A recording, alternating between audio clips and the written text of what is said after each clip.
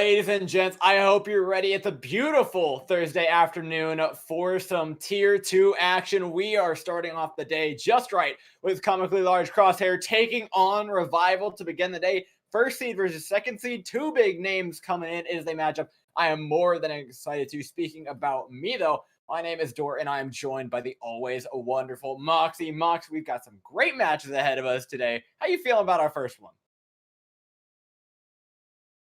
We insider information, don't we, Duh? Yesterday we got to see a team faster trying to take on Angry Titans when they just lost their player to that exact team, and now looking at the team sheet, we've got the exact situation. The difference is Razor is currently on loan from Revival to the side of Comically Large Crosshair, and so going to be interesting to see how that DPS lineup is going to be interacting with both of these teams. Yeah, and speaking of the teams in general, we can talk about their rosters. There haven't really been too many changes outside of the Razor loan. We're looking at a Revival that's pretty much the exact same. Moopy, Salty, Aspire, Wub, Aspen, Liar. But last trials, I would love to point out, Aspen was playing her mind out on the Brigitte. And you know what? As a final send-off, or what might be a final send-off, to Brigitte, I wouldn't mind seeing a little bit more great Brigitte play. Mox, why don't you take me through the CLC roster? We have Phi, Razor, Decode, Icy, Zolik, and Haruhi. And I immediately want to draw your attention to Phi, because this is a guy who was previously in Ex Oblivione, and that is a team that has a personal place in my heart, because these guys had a run through the Mythical Spark tournament, which was a little something that I actually got to cast way back in September of last year, and they blitzed through the tournament every single week off the back of Phi's absolute god-level play on Widowmaker. I can still remember the defense that these guys had on Volskaya, where Phi picks up Widowmaker in a meta that did not favor Widow, and was still able to carry his team to victory. And with Volskaya being in the map pool, I've got my fingers crossed that history will repeat itself, but for now, we've got to make do with Oasis. Well, we'll head over the standings real quick before we hop into things. Currently, CLC is up 3-0, not a loss to their name. Revival sitting in that second place spot. 2-1 running just behind them, so they're looking to skyrocket themselves ahead, possibly into a first place seeding. This would be a really, really big win for Revival. Moxie, CLC, they got knocked down from Contenders, looking to make their way back up. Maybe it was a crosshair, maybe it wasn't, but we've got to at least get it out of the way, say the numbers, say the things so chat's happy. Well, I'll start, and then you finish so that we've got, that duo. Oh, okay. Magenta 138. It's 30, 100, 100, 20. We know the rules. I'm not sweating around here. Let's start off on Oasis, ladies and gents. It's City Center to begin things, and already Revival and CLC coming out on some fun comps. Still, because it's not every day that you get to see a Hammond and a Zarya coming out of the spawn rooms when it's not just for a scout, but that is exactly what Revival are currently showing us, and so it's going to be the exact same game rotation of getting those bubbles in, but Dakota's going to look a little bit more vulnerable on that Winston. Well, he's looking very vulnerable right now. In fact, so much so, Moopy finds that kill. And without the main tank, this composition really, really falls apart. You can't rotate your bubbles. You kind of just have to play a neutral game. You can hold your position and not die nearly as much, but you can't be going in without that Winston. It's just not going to be getting the same amount of ult charge because Leia's got two tanks to farm this nano off of, and you can see it reflecting in those charge files. Yeah, Live's already 80%. Two Wubs looking for the right opportunity, but Aspen goes down. That's a huge pick now for them to move in off of. There's nothing to defend the Ana. Wub's going to fall afterwards without the help of the healing packs. Moopy as well. The point immediately flips back over in favor of CLC. As well, and so it's going to be down to Aspen to protect that Ana. Not going to be able to do it when you're dead, though, and you will be seeing Revival waiting a couple more seconds before they can probably come back into this recontest. Icy's not quite at that Graviton charge, and Fight does not want to be holding onto the platform for too long. There's no reason to bait out Immortality Field because there's no Batiste on the other side. You can go in with this one and just try and win the fight off that. And that's the real threat. There's so many ways that this competition can actually roll ultimate. But starting off with a with the rally. They can make their way in, but immediately get shut down. Now it's Razor in the back line up against his former teammates, takes down Aspen and holds on to the point for CLC. Aspen was able to put a stop to the Genji blade, but unfortunately not able to save the Ana's life. And when you lose that Ana, if you've got a Hamid, if you've got a Zarya, there's just not enough sustainability when the Vite change came through, and you don't get that over armor over your actual health bar. And you're going to see CLC, they've got point percentage, they've got stagger ultimates as well, so they can just draw out this fight for as long as they possibly can, whereas Revival need to start coming in and getting a kill immediately on the board if they want any position to stand in. And that's kind of the Winston Zarya guarantee. You can continue to roll the ultimates. We'll see Revival get aggressive with theirs here, but they don't really have much of a way to finish it off. It's a pulse bomb from Fire. You should be scared of. Big Bang connects, and that's going to be a fight one for CLC unless Wub has something to say about it. Blade does connect onto one. He's taking out the main source of damage with the Zarya, but remember the staggers, Moxie, are going to be insane. But it goes until it's now cut in half because you just have the healing to keep yourself standing. 89% we're ticking towards the end of this point, Moxie. They haven't managed to take it over, but the ultimates are in favor of Revival just for a little bit. Got this hammer in mind. They need to be able to come in onto that point, shut down this space, otherwise I was going to hit that rally, raise with that blade, and you've got that sustainability, that nano that's just not going to be that for Revival. There's a serious threat here. Revival need a clutch play. They need Aspire to come in, get some one clip, Wub maybe finish off somebody in the back line, but they're playing so passively, it's going to give CLC time to charge up these ultimates. The blade's in, so is down goes Razor. What on earth are you doing? Aspire falls as well though. The clutch player now no longer there. You're going to need somebody to come up big for them, but they're running out of options here, Moxie. The ultimate to work with right now, Lai is so close to that nano, but it's not going to be enough to... You were at such a disadvantage going into that fight. Moopy had those mines, but you had to pop them immediately just to be able to stay on that point. And that means there is nothing to contest the ultimates that are already built up for your opponents. And heading into University, if the same thing happens, you're just not going to be able to get any percentage racked up on that point. Yeah, and that's kind of just the difference in the competition between the Winston and the Wrecking Ball. The Winston is just so much more mobile on that point. The mines don't matter nearly as much. They don't cover the same amount of space. You're not able to clutch it out off that. Now, though, we're playing something a little bit different. Everybody's switching over to double shield. You've just got to at this point. You can try to run that Hammond, but there's not really the option of mobility that is there in Oasis. High ground doesn't come into the contest as much either. And so you just want to get into that point as quickly as you possibly can, plonk down your shields, set up a space, and begin that poke war of attrition. And this is a nice thing for Revival, the fact that they effectively had two Genji players between Wub and Razor. However, they don't have Wub any longer. Looks like that trade is not going to be paying off much longer. Fi has some shots. They can throw Dynamite over the top. The damage is going to be there. The issue for Revival right now is finishing off those kills. They're going to be playing catch-up on point. Catch-up on point, but catch-up on ult percentage as well. Fi is steaming ahead of this battle, already 64% to that Bob, and it's only going to go up. Doherty just gets to spam damage into this choke. Yeah, this is where it gets really rough for Revival. It's the same situation they were in on the previous point. Retaking this is so much harder than taking initially would have been. You have an AM Matrix though that's going to give you a lot of space to work with. You connect the Dynamite, start working up those ultimate charges. He's going to be the one that they have to worry about, though. Amplification Matrix is going to be there for that piece, and that means Revival's just going to have to take a massive step back. Oh, but the health bars are so low for CLC. One more bit of damage, and we could see them getting finished off. Razor, though, a brilliant dive into the backline that's going to deny a ton of space. Going in, taking the attention off the rest of his team, provides them the time to get those health bars up. Haraki's holding on to this amplification matrix, but you've lost Vi, and you really don't want to invest with ultimate if Revival are able to just walk through it.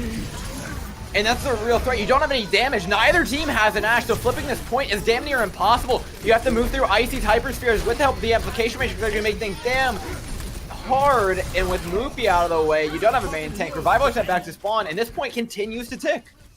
Will be coming in the favorites in this next fight. They'll have Aspen's Rally to provide them sustainability. Wub's Blade, yes, Moopy's going to be a little bit away from the supercharges for now. But Aspire's got the Bob, and we're seeing it so often, teams putting in both of their DPS ultimates at the same time, so the Blade can get the kills, and the Bob shuts off the exit.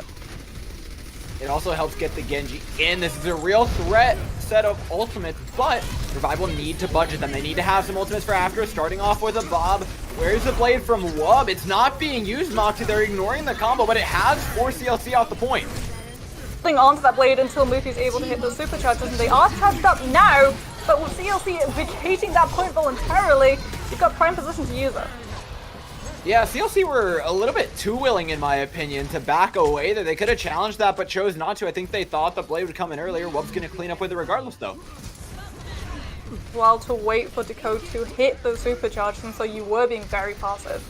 You've identified that you've got 90% of the point percentage on your board already. You just need one fight to win, and you're going to be coming with exactly those 2 ultimates necessary to get it. Yeah, now neither team has their amplification matrix, and neither team has their key ability. Notably, the immortality field is down for both. If Razor can spawn in, come in with the blade, it'd be huge, but that ability's about to get off cooldown. Choke, lovely position, Dynamite right behind the Arista shield, catches everyone on the team, and forces them to take a step back so they can keep a hold of immortality field.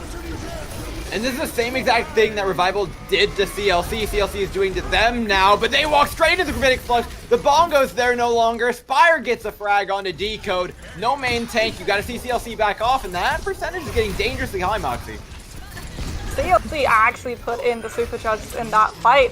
They will still have the blade, and that's the saving grace for this team, but the only way that they can guarantee themselves kills is if it's off the back of Icy's Sigma Flux. The Flux lifts them up into the air, you drop them down. Also that immortality field, you're left already at that 50% below your health bar, and Razor can come in and finish things up. However, you've now got to close the distance. You've got to see yourself through a Bob, and Wub's going to be hitting a blade of his own. Maya can just drop amplification matrix and delay the fight even longer. Well, here's the Gravitic Flux that you mentioned. Did it force out Immortality Field? No. It's still up here for Revival. No, there it is. They finally popped it. That's going to be the go button for Razor. Into the back line. He goes straight onto the Ash. The stun, the damage. He's pulled away enough utility. It doesn't matter that he's not showing up in the kill feed. The rest of his team is putting in work, putting this point back over to CLC's side and setting them up for the win.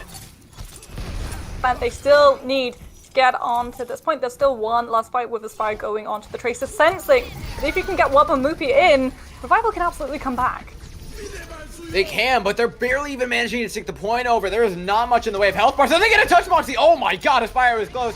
Overtime now, though, bound to take over. There may be a fade on the point here, but overtime somehow procs one more. Wub's got the blade. We've got an Arista on point. He's got two, but it's not going to be enough to clutch it out, Mox. CLC are going to lock this map down. No immortality field, but unfortunately for Revival, CLC are just too well set up on that point. They've got the numbers. They haven't had to swap their composition up onto those really fast stagger picks like the Tracer, where you've got to build up your ultimate in one fight. Otherwise, it is just going to be tagging onto the point and trying to keep that overtime wick burning. But going forward, I'm excited to see how Revival are going to deal with this matchup, as we don't even get to see the proper replay, the majesty of the Big Bang combo where you grab and then you pulse straight on through. But I do like what I'm seeing from both of these teams, Moxie. Revival's clearly struggling a little bit here, but they've shown compositional diversity. They show they can play the dive. I think if they just have a couple more adjustments there, use their ultimates a little bit more effectively, we could see a team that's very competent on multiple compositions. However, it's just difficult when you're playing into a team like CLC, who is just as good. Remember, this is a Contenders level team. They got dropped out, but they are definitely not out of the running to make it back in quite yet. I'm looking for big stuff in this map. We need to see improvement from Revival. If they stay stagnant, I suspect things are not going to be going particularly well for them in map 3.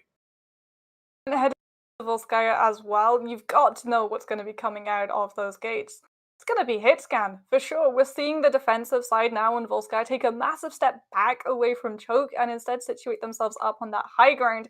So when you go for these spam damage compositions with an Ash, you just sit, you scope in, and you rain down absolute hell upon a player that tries to step forward. Dynamite, Viper, fire, everything you possibly can to burn those seconds off the clock. And we'll see if we get to see that in this upcoming map, ladies and gents. We're going to go to a quick 1-minute break before we hop into Volskaya.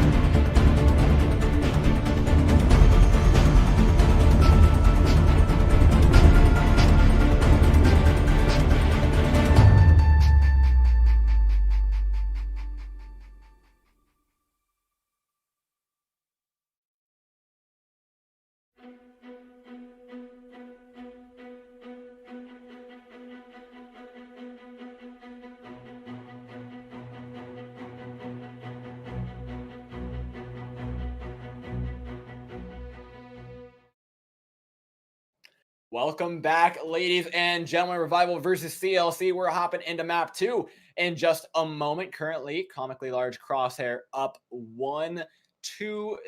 However, map 1 was relatively close. Mox, what kind of changes do you want to see from Revival to fix this one on up? Utilize space a little bit better. I think both teams got caught out in University, where they played a little bit too passively and they took a big step back when they really needed to press W. And if either of these guys make a mistake like that on Volskaya, you are going to be giving up that point in the absolute blink of an eye. So when you're defending, take the high ground, take as much as you possibly can in delaying these fights because you have the high ground for a reason. That sets your Ashe up into prime position. Just burn the seconds off. All the while, you are doing everything you possibly can to actually set yourself up for the fight that's coming. If you're able to get a dynamite that manages to burn multiple members of the team, that forces the Batiste into using Immortality Field early, and that's when the frontline fight becomes a lot easier for you. That's a real threat, but if Fi comes out on this Widowmaker, we may see some real shit. I know it's attacker spawn, we're probably getting debated here. It's a standard double shield matchup for the most part. Outside of that, Widowmaker attacking on this map, it's viable, but not exactly the greatest thing ever. It would surprise me, honestly. Having seen Fi in action multiple times, it would not surprise me if this guy comes out on the Widowmaker. He's got the pedigree to back it up. He's been picked up for the World Cup, I believe the German team. And he will be sticking with it, though. That one-tap potential is going to be doing so much to challenge his fire. So things get really dicey here for CLC.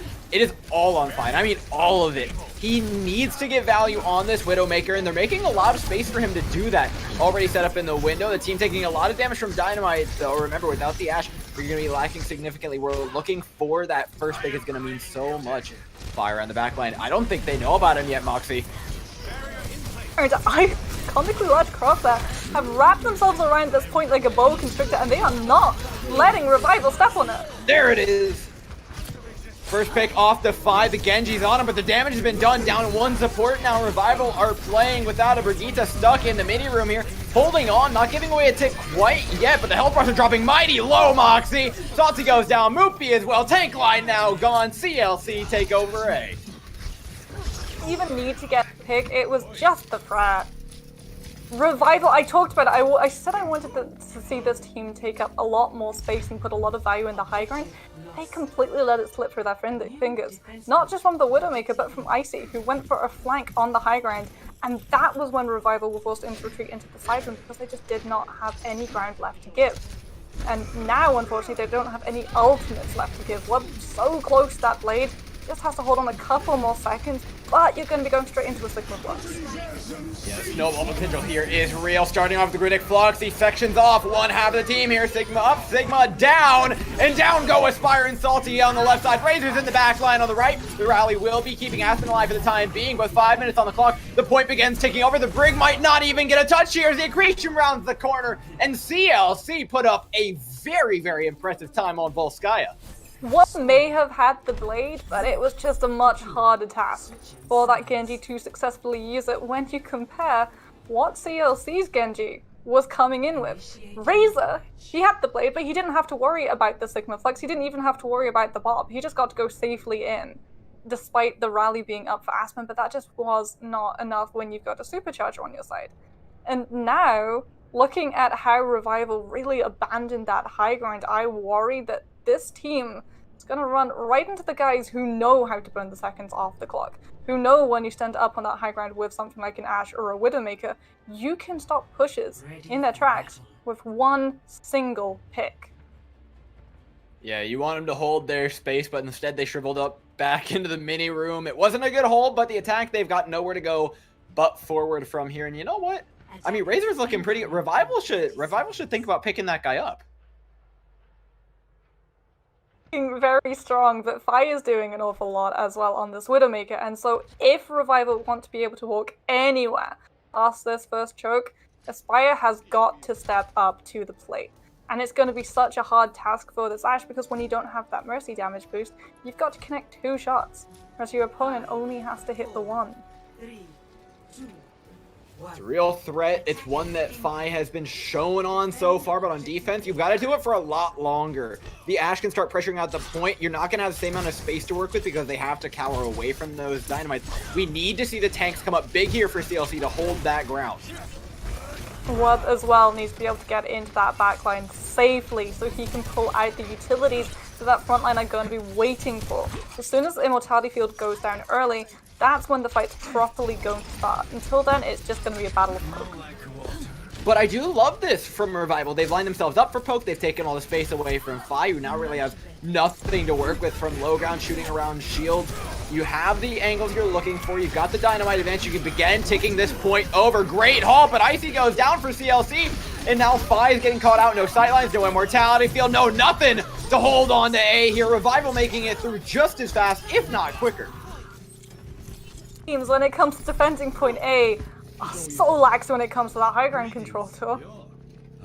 CLC back away from it in the exact same time as Revival try and move themselves up for it. And as soon as you take control of that high ground, we see the power. It forces the defense right into that back, but right into the side rounds where you do not want to be when you're facing spam damage. When an Ashe can just hit a dynamite and it is guaranteed to connect with multiple members of your side. Unfortunately, for CLC, they don't really have anything that can act as a stopping power either. Razor's going to have this blade, but there's nothing to give it that extra little bit of power.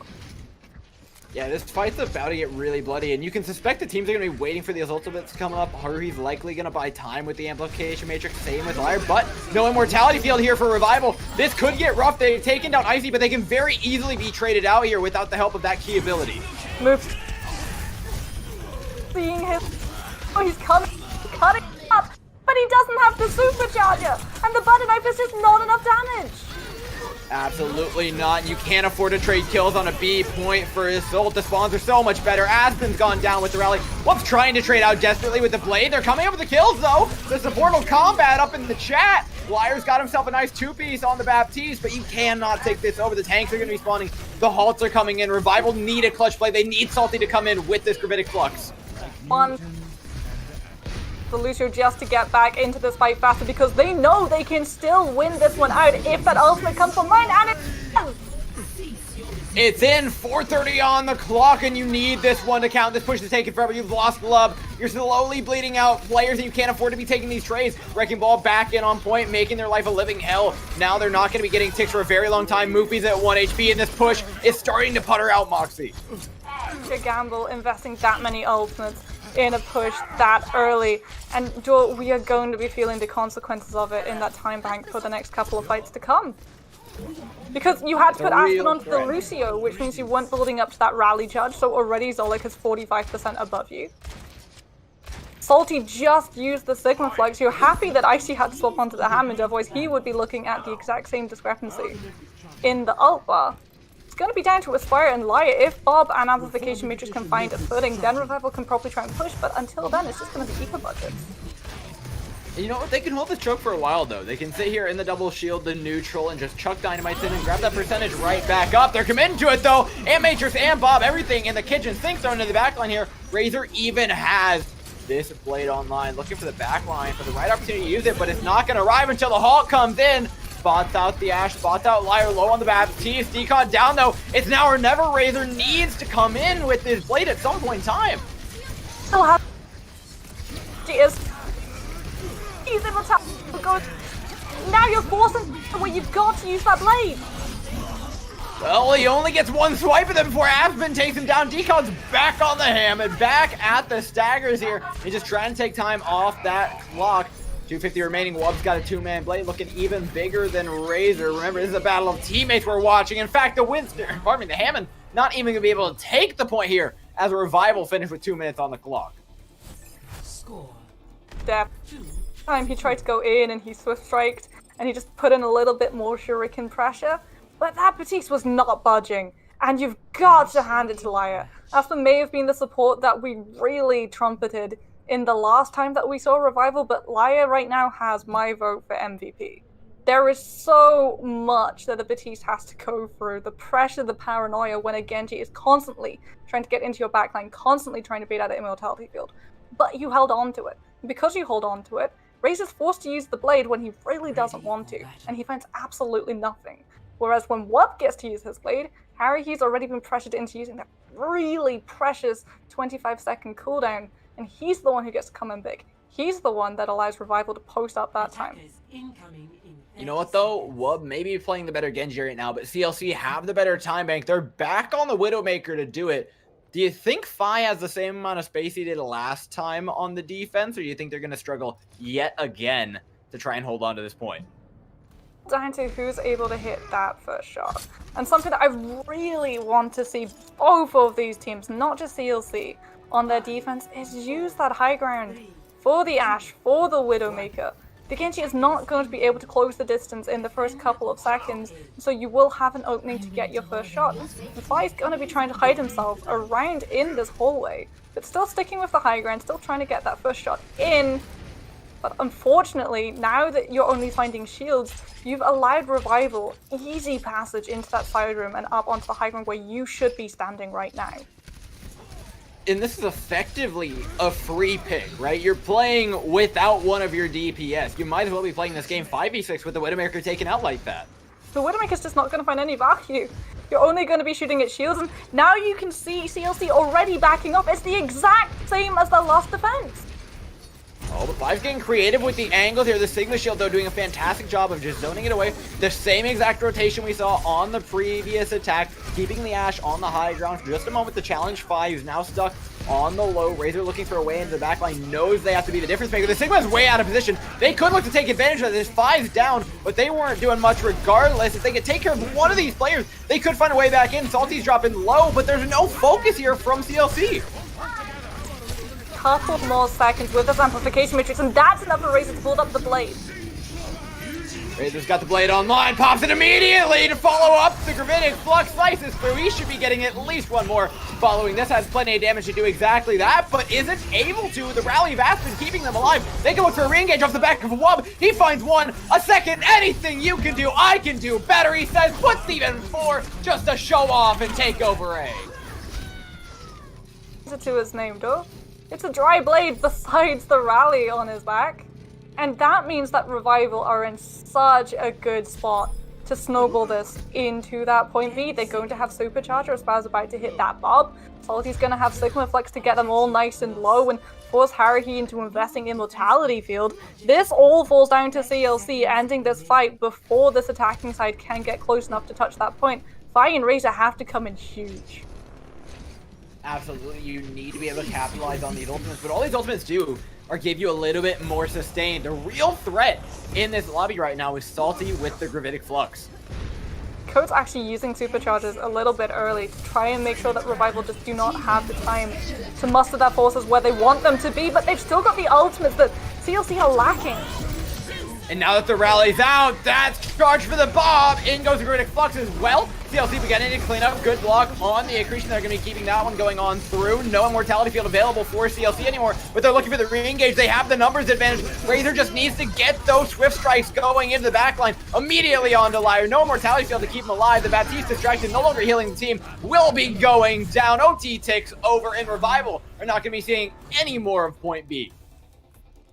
Thing that Superchargers before the fight properly started was huge, because Revival's ultimates, they may be powerful. Sigma Flux is going to guarantee that you pull out that Immortality Field, but you've actually got to be in a position to use them.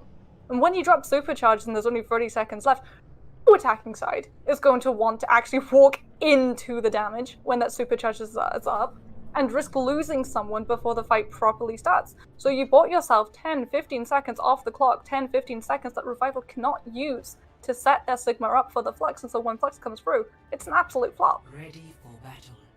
Now it's up to CLC to match that, though. Given that they got the first point tick, this isn't necessarily some trivial task for CLC. Yes, you have more time than you did last, but Revival know what you're coming out with. They know there's likely going to be a Widowmaker, and there's no way, Moxie, there's got to be no way that Revival give them the same amount of space they did last time. We didn't want to see CLC give up that high ground, and that was exactly what happened. If Revival are able to identify and put much more faith in that high ground where Spy can just sit and lob damage after damage after damage and dynamite after dynamite after dynamite, then you are going to do such a good job at burning off these seconds, because that's what you need to do. There is 4 minutes and 20 seconds available for this team. You need to have a delay tactic. If you just let them walk straight onto that high ground and right onto that point, you've already lost Volskaya. Do they back away into the mini room again? I've got to say, Mox, it has to be no. They have to be playing smarter than this, but Fi looking for the same exact space, playing very passively. They know how much time they have. They know they can take this one through methodically. Icy's trying to make space onto the high ground here, and they're separating away their double shields. This is very dangerous. Oh, but one goes down! Vi gets free space in the back line now. Can start working down those health bars, looking for the Baptiste. Immortality Field's been used. Oh, Lord. It's a shooting gallery for this man. Knows exactly what it can do. Eyeballing the Baptiste down to half HP. They're carrying back into the mini room. Nothing to contest this Widowmaker outside of his fire. And a little bit of damage. Razor's got a beautiful deflect on the move. Amplification Matrix used. Good halt onto everybody. Fi's just running circles around the roster of Revival right now as CLC burn them out of A. Players drop the amplification matrix by taken out of the fight, and the crossfire that CLC have been trying to set up is completely collapsing. It's taken way too long for them to take this point. They had every advantage they could have asked for, but now Liar's gone. No main heals. Finally, they've taken out that key piece, but the Bob comes in. A Foe 6 member, Haruhi as well. Nobody gets any sort of healing on this point except for From Aspen, who pops the rally and clutches it out for Revival. Spy is trying to go for the grapple kill, but isn't able to find much of anything. And now we are going to be seeing Revival just trying to keep this team away as much as they possibly can.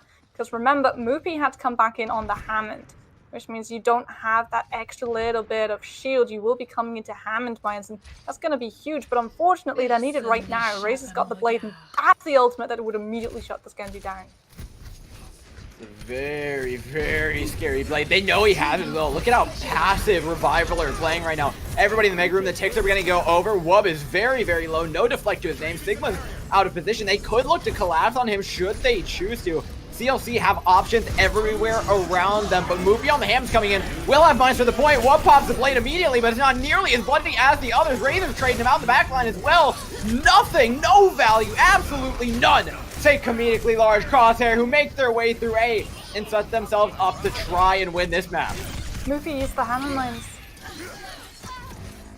That's the one thing that Revival needed right now. They'll have a Sigma Flux, sure, but CLC, they'll have access to that and more. If Moopy had those Hammond mines right now, Jordan, you would be guaranteeing CLC would not be going on to that point as quickly as they're now going to be just absolutely steamrolling their way towards it now. Yeah, and with the Gravitic Flux being online, with the Amp Matrix, there's no way they can avoid all this damage. Starting off with the rally from Zoe, like 2 kills immediately. No ultimates needed. Amplification Matrix thrown in, though, for good measure. Aspen dropping low on the Vite. If they just put a little bit of damage towards them, they will be going down. Wub on the Genji, just a bar of health to their name. Salty as well, holding on for dear life here on B, as CLC have set themselves up to take the victory and put themselves to map point. Just a few more players to finish off. They absolutely will send themselves on to a 2-0 and match point up against Revival. 4 minutes and 20 seconds to work with, and both of these teams did not put any importance in the high ground on that point A defense, but because CLC are able to take B faster, they have a much bigger advantage when it comes to that second round, and it doesn't matter how quickly they're able to take point A, it just means they've got more time to play with on point B, more access to ultimates on point B, ultimates that Revival were really lacking. If they'd had those Hammond mines though, I wonder what could have been. You drop those onto the point, and the Genji doesn't want to bleed in, and that was the idea. That was what they tried to pull off, but it was on point A. They didn't recognize that they'd already lost it, and that they'd be better off being restrained, holding on to those for that point B push. Yeah, I mean, it's kind of the classic conundrum, Moxie. No one really wants to have to play for that draw. Revival are going to get too big for their britches for it. And now we're headed over to Hollywood, which is a map we haven't seen in a while, but I am ready for a lot of fun. Before we head over there, though, to the Land of Stars, it's going to be a quick little break for us while we get a couple things fixed up for you guys. We'll see you in a bit.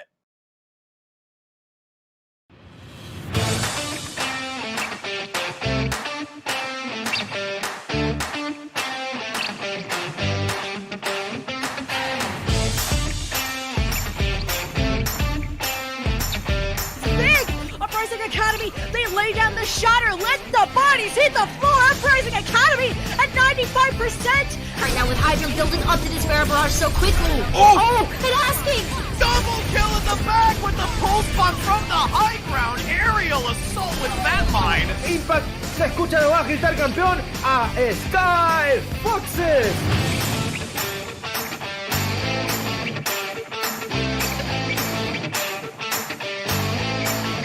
Holy cow.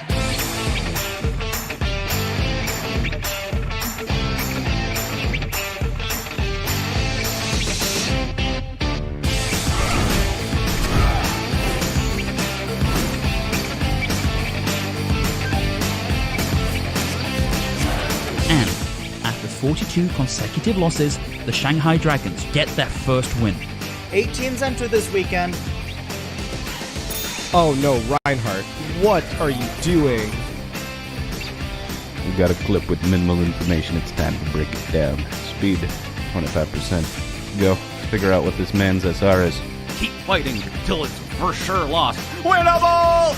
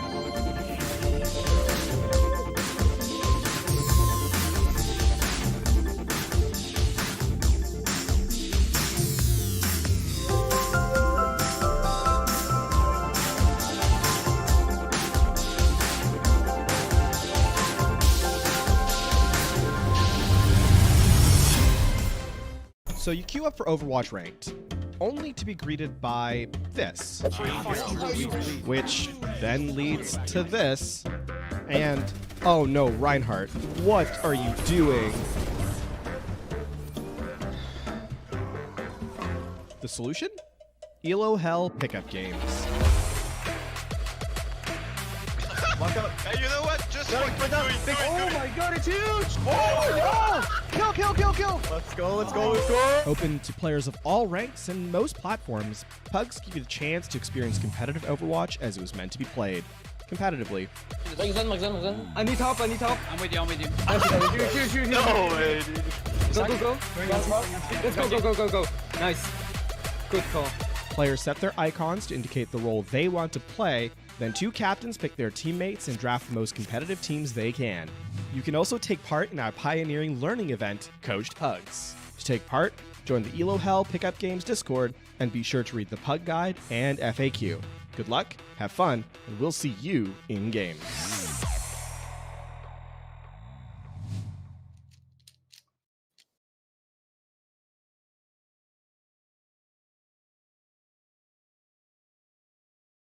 So I do believe we're back. I think we are. Thank you, Mr. Producer, for giving us a heads up.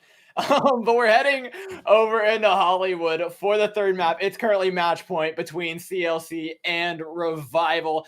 CLC have been looking really solid. Revival have not quite fixed their issues from the first map still, Moxie. They've got a few things they need to work on.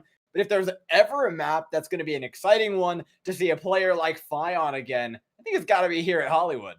I mean, if there's ever a map where you're going to be punished and not putting value on high ground, it's Hollywood. Let's be honest. This is basically, if you don't have a DPS parked up on that first ledge, if you're a defending side, what are you doing? It's the best place to be. You get to get a chance at that first pick, which immediately, if you're able to successfully secure it, just puts a stop to the attacking side. You get to spam damage, build up an ultimate, and that means if the attackers actually get onto point, if you've got a bob built up already, you just send it in and they scatter. And this opens up the door to run some other compositions as well, because the high ground matters so much.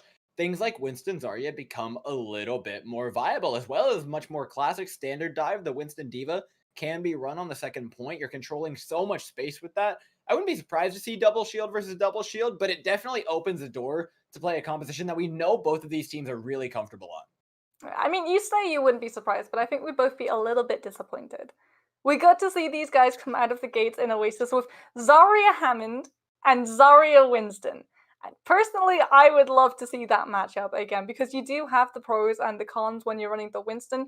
Primal Rage is just a little bit better when it comes to stalling out a point, because your health bar goes up. But it's the trade-off. The Winston has a lot less survivability. He doesn't have that extra shielding when he's surrounded by enemies. Instead, he's just got to drop that bubble and jump, because his life very much depends on it. The Hammond, he has just a little bit more escapability, but the mines only come into play in niche situations, like when you're trying to shut a Genji down, and if you're not able to keep pace with that Genji's ultimate, which will be rocketing up at about double the rate that you'll be charging yours, then you only can use them as that point shutdown, which is good for the overtime contests. But other than that, nothing real value. Yeah, and with the dive, we can also talk about other picks they have up their sleeve. Fi has obviously been a nut on the Widowmaker. Razor has been playing a very, very consistent Genji. I feel like him and Wub have been going especially toe-to-toe. We talk about how these teams have been playing correctly and misplaying Revival specifically, not holding on to ground, not trying to contest too much while running double shield. Obviously, they can try and contest that to fix this in this upcoming round. But are there any hero picks that you think they could go for? Is anybody on the team particularly struggling in your eyes? Not really. And that, I think, is the worst thing as a color caster, seeing this team not put faith in the high ground. Because if they took that high ground, we know Aspire would hit their shots. We know that Wood would be doing just enough of a job to keep Fi off their back to play that guard dog Genji. And Aspen and Lyra, this is a backline that you want. Every single tank duo would be begging for if they could have access to, because that Brigida is so good with the shield bash. Her rallies have been on point, and Lyra is doing a very good job on that Batiste with Immortality Field, only putting it in when absolutely necessary and not being baited out of it when it's not an ultimate. The one place that these guys are falling off on is identifying where to take a fight. Every single time they push themselves into a side room door, they open themselves up. It's a domino effect. You don't have a presence in the fight. You can't control the tempo of it. And when you sequester yourself up in that closer quarters of a space, in a spam damage composition, the only ultimate you're going to be able to hit faster than the other side is Amplification Matrix. And if you can't find anything with that, you're done for. Yeah, Revival have been really kicking themselves, but I think a lot of that comes down to the tank line hasn't necessarily been holding their ground the best. I think the shield placement from Wub and Moopy could be significantly better. CLC opened the door to getting beat out by the Sigma if Fi continues to play on the Widowmaker, but even when on the Widowmaker, it's the Genji finding picks in the backline. Then it's Razor cleaning up. And then the second they don't have a Genji, Vite starts popping off. The supports can do all they want, but if the tank's not making space correctly, I think we're going to see this difference continue. CLC, that's where I think they're really shining, though.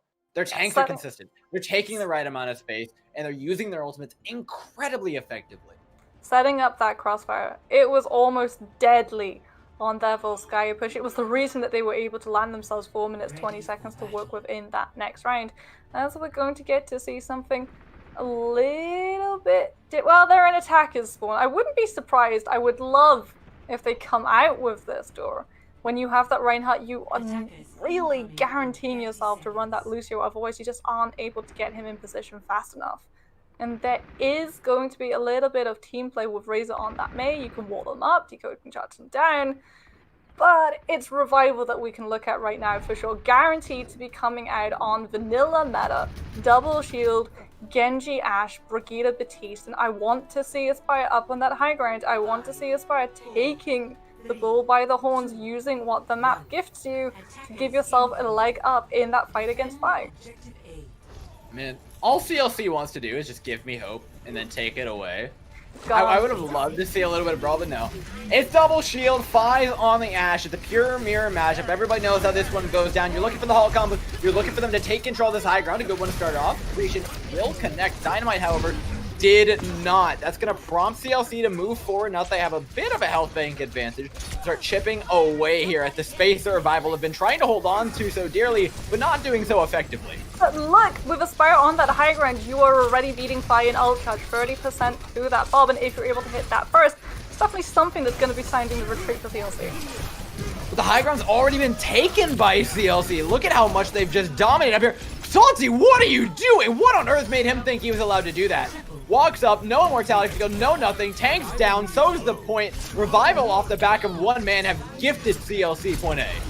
It was like they realized that they just walked away from high ground, remembered that it really is an important component in a defense, and then try to erase their mistakes simply by walking forward. But when you don't have that team play, when you don't have immortality field to bail you out, the Sigma is just not going to be able to stand on his own. Now that you fed yourself right into the grinder, CLC have spread out your Sigma and turned it into ult charge. They've got amplification matrix, they've got control of this main road. The only way Revival are going to be able to set themselves up on this defense is if Laya drops his first. Revival actually are still ahead on a couple of key ultimates. Most notably, Wub's Blade is 30% ahead of Razor's. That's huge. That's the one thing that Revival have got to rely on, but he's been able to hit that Sigma Flex first. It's the Flux, but Aspire hits the shots. Fi goes down. In comes the Blade from what? Easy peasy lemon squeezy here for Revival, holding on to that choke point and B. But now, if you're Revival, you've got to be able to identify Aspire should be getting up onto that high ground. Do you know what? They're going for a high ground, but this isn't a high ground we tend to see the defensive side go for, Joe. They want to go aggressive, they want to touch up those ultimates, and that's exactly what they're doing right now. You know, I'm not certain about throwing in ultimates for this, but they're definitely getting a lot of value from actually just being up here. They've got ultimate charges, they're going in, good Hulk, Gravitic Flux combo, plenty of damage being thrown in, Immortality Field's been forced out. Wub is one Swift Strike away from far too much value ever. With Moofy going down, you've got to go on the back foot if you're Revival here.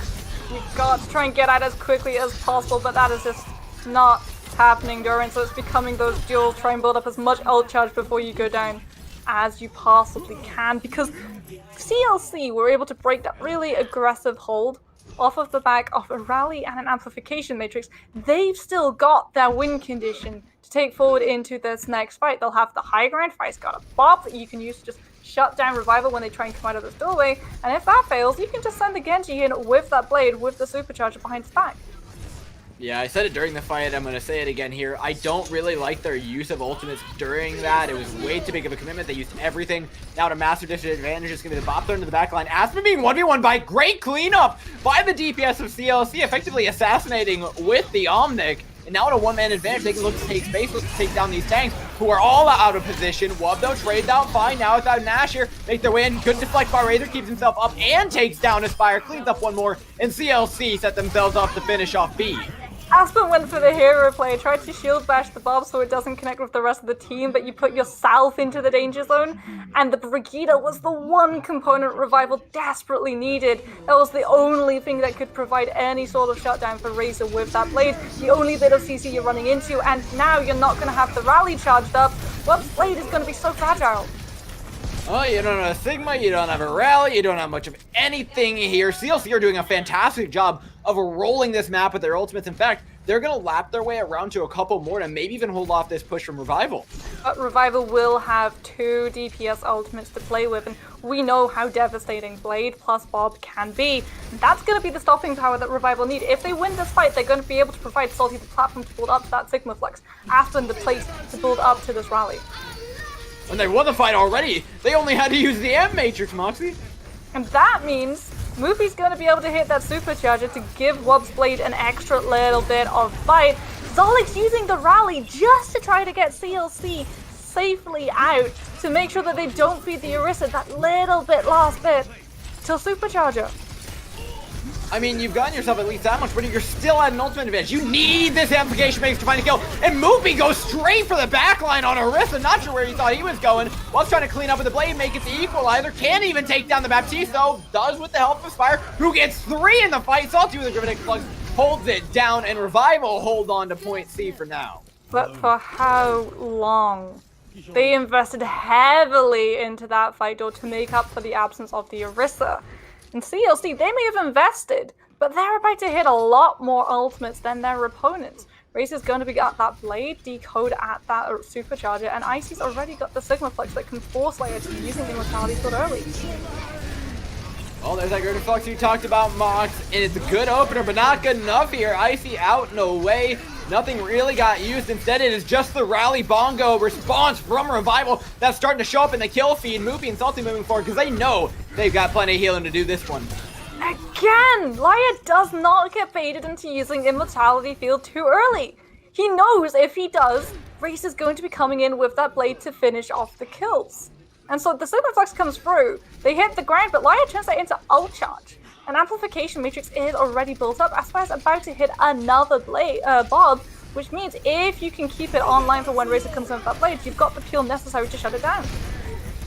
Yeah, you've already got the amp matrix popped though by Liar. We're playing a little bit of Ring Around the Rosie here, Moxie. CLC have gone all the way in, around, downtown, into the back line, and now they own this space. Revival playing from the attacker spawn, but it's still a pretty good position for him. Decode makes his way up the sideline, dropping incredibly low. Good kryptonite grasp, keeping alive, but it walks straight into the Gravitic Flux. That's guaranteed to be finishing off CLC. That beautiful time bank they had, Moxie, I mean, it's not looking nearly as good. Well, they will have 4 ultimates to try and break this hold, but you are also going to be taking a massive amount of spam damage before you even get in towards that payload. And Haruhi can't turn it into ult charge because Amplification Matrix is already charged up. Revival can identify this. They can just bleed out ultimates from this team, walk backwards, and then engage with a blade of their own.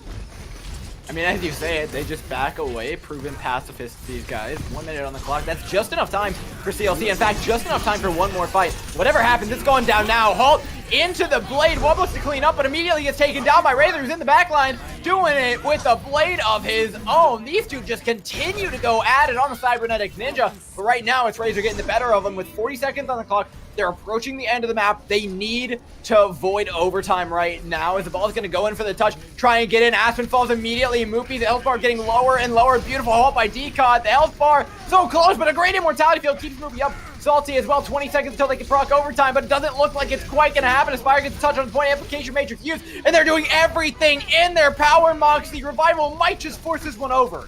Lai is using Amplification Matrix to heal the team rather than do damage, but it is not enough.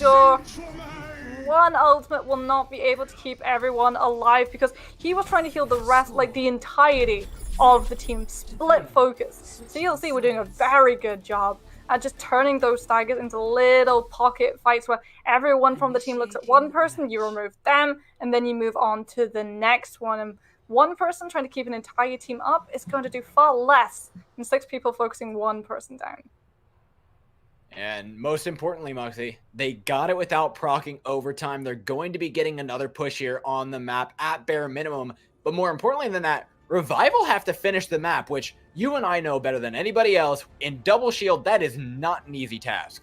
Revival, unfortunately, their defense came alive right at the beginning of point C, where you have access to the high ground, where you have access to all of these line of sights to just spam damage in if you win a single fight. However, that is an advantage you were gifted in Hollywood right from the get-go. And if CLC are able to secure this high ground far longer than we saw Revival being able to hold on to it, that is when these time banks are going to look extremely different if we even get to see Revival cross that finish line. I mean, there's almost no way that we see as quick of an A-take as we saw out of CLC. They're going to hold on to this high ground for dear life, and when they give it up, they're going to be decisive in doing so. It comes down to Fi and Razor being able to find that first pick with the help of Decod's Halt. I mean, you would hope that they would be putting value into the high ground, but it's only the Sigma there right now. No Ash. Going to be instead shooting from the back of the point of the high ground rather than the front, but that's nowhere near as much value as that spam damage provides you on that first ledge. Yeah, and look at how willing they are to just give this one away, back up into the stairwell. Wub gets high ground, so do Revival, but CLC haven't given anything up while they get here. They're trying to hold on to this middle ground, though, yet again, making a similar error. They're forcing out Immortality Field. Good to deflect onto the Dynamite, make sure no value goes in onto that. This Fire cleans up the first on the Fi. No damage threat, no more Dynamite. The Amplification Matrix out from Revival. And they're throwing everything at this one. Good accretion, though, onto what if they could just finish off that kill. It'd be huge. Razor's already got a blade loaded in the back line. Takes down one, takes down two. He can continue to swing and clean up this fight, clutching it out for CLC. There was no way the Genji was missing. As soon as Blade gets charged up and Revival back into that corridor, they're placing themselves right into the Genji's hands, and he is more than happy to escort you back to your spawn room. Revival, though, will be coming in with a Blade of their own any second now. The real problem is getting Wub into the position to actually be able to use it. Spar's going to be hitting that pop, and you're just going to have to pop that to allow him safely to close that distance.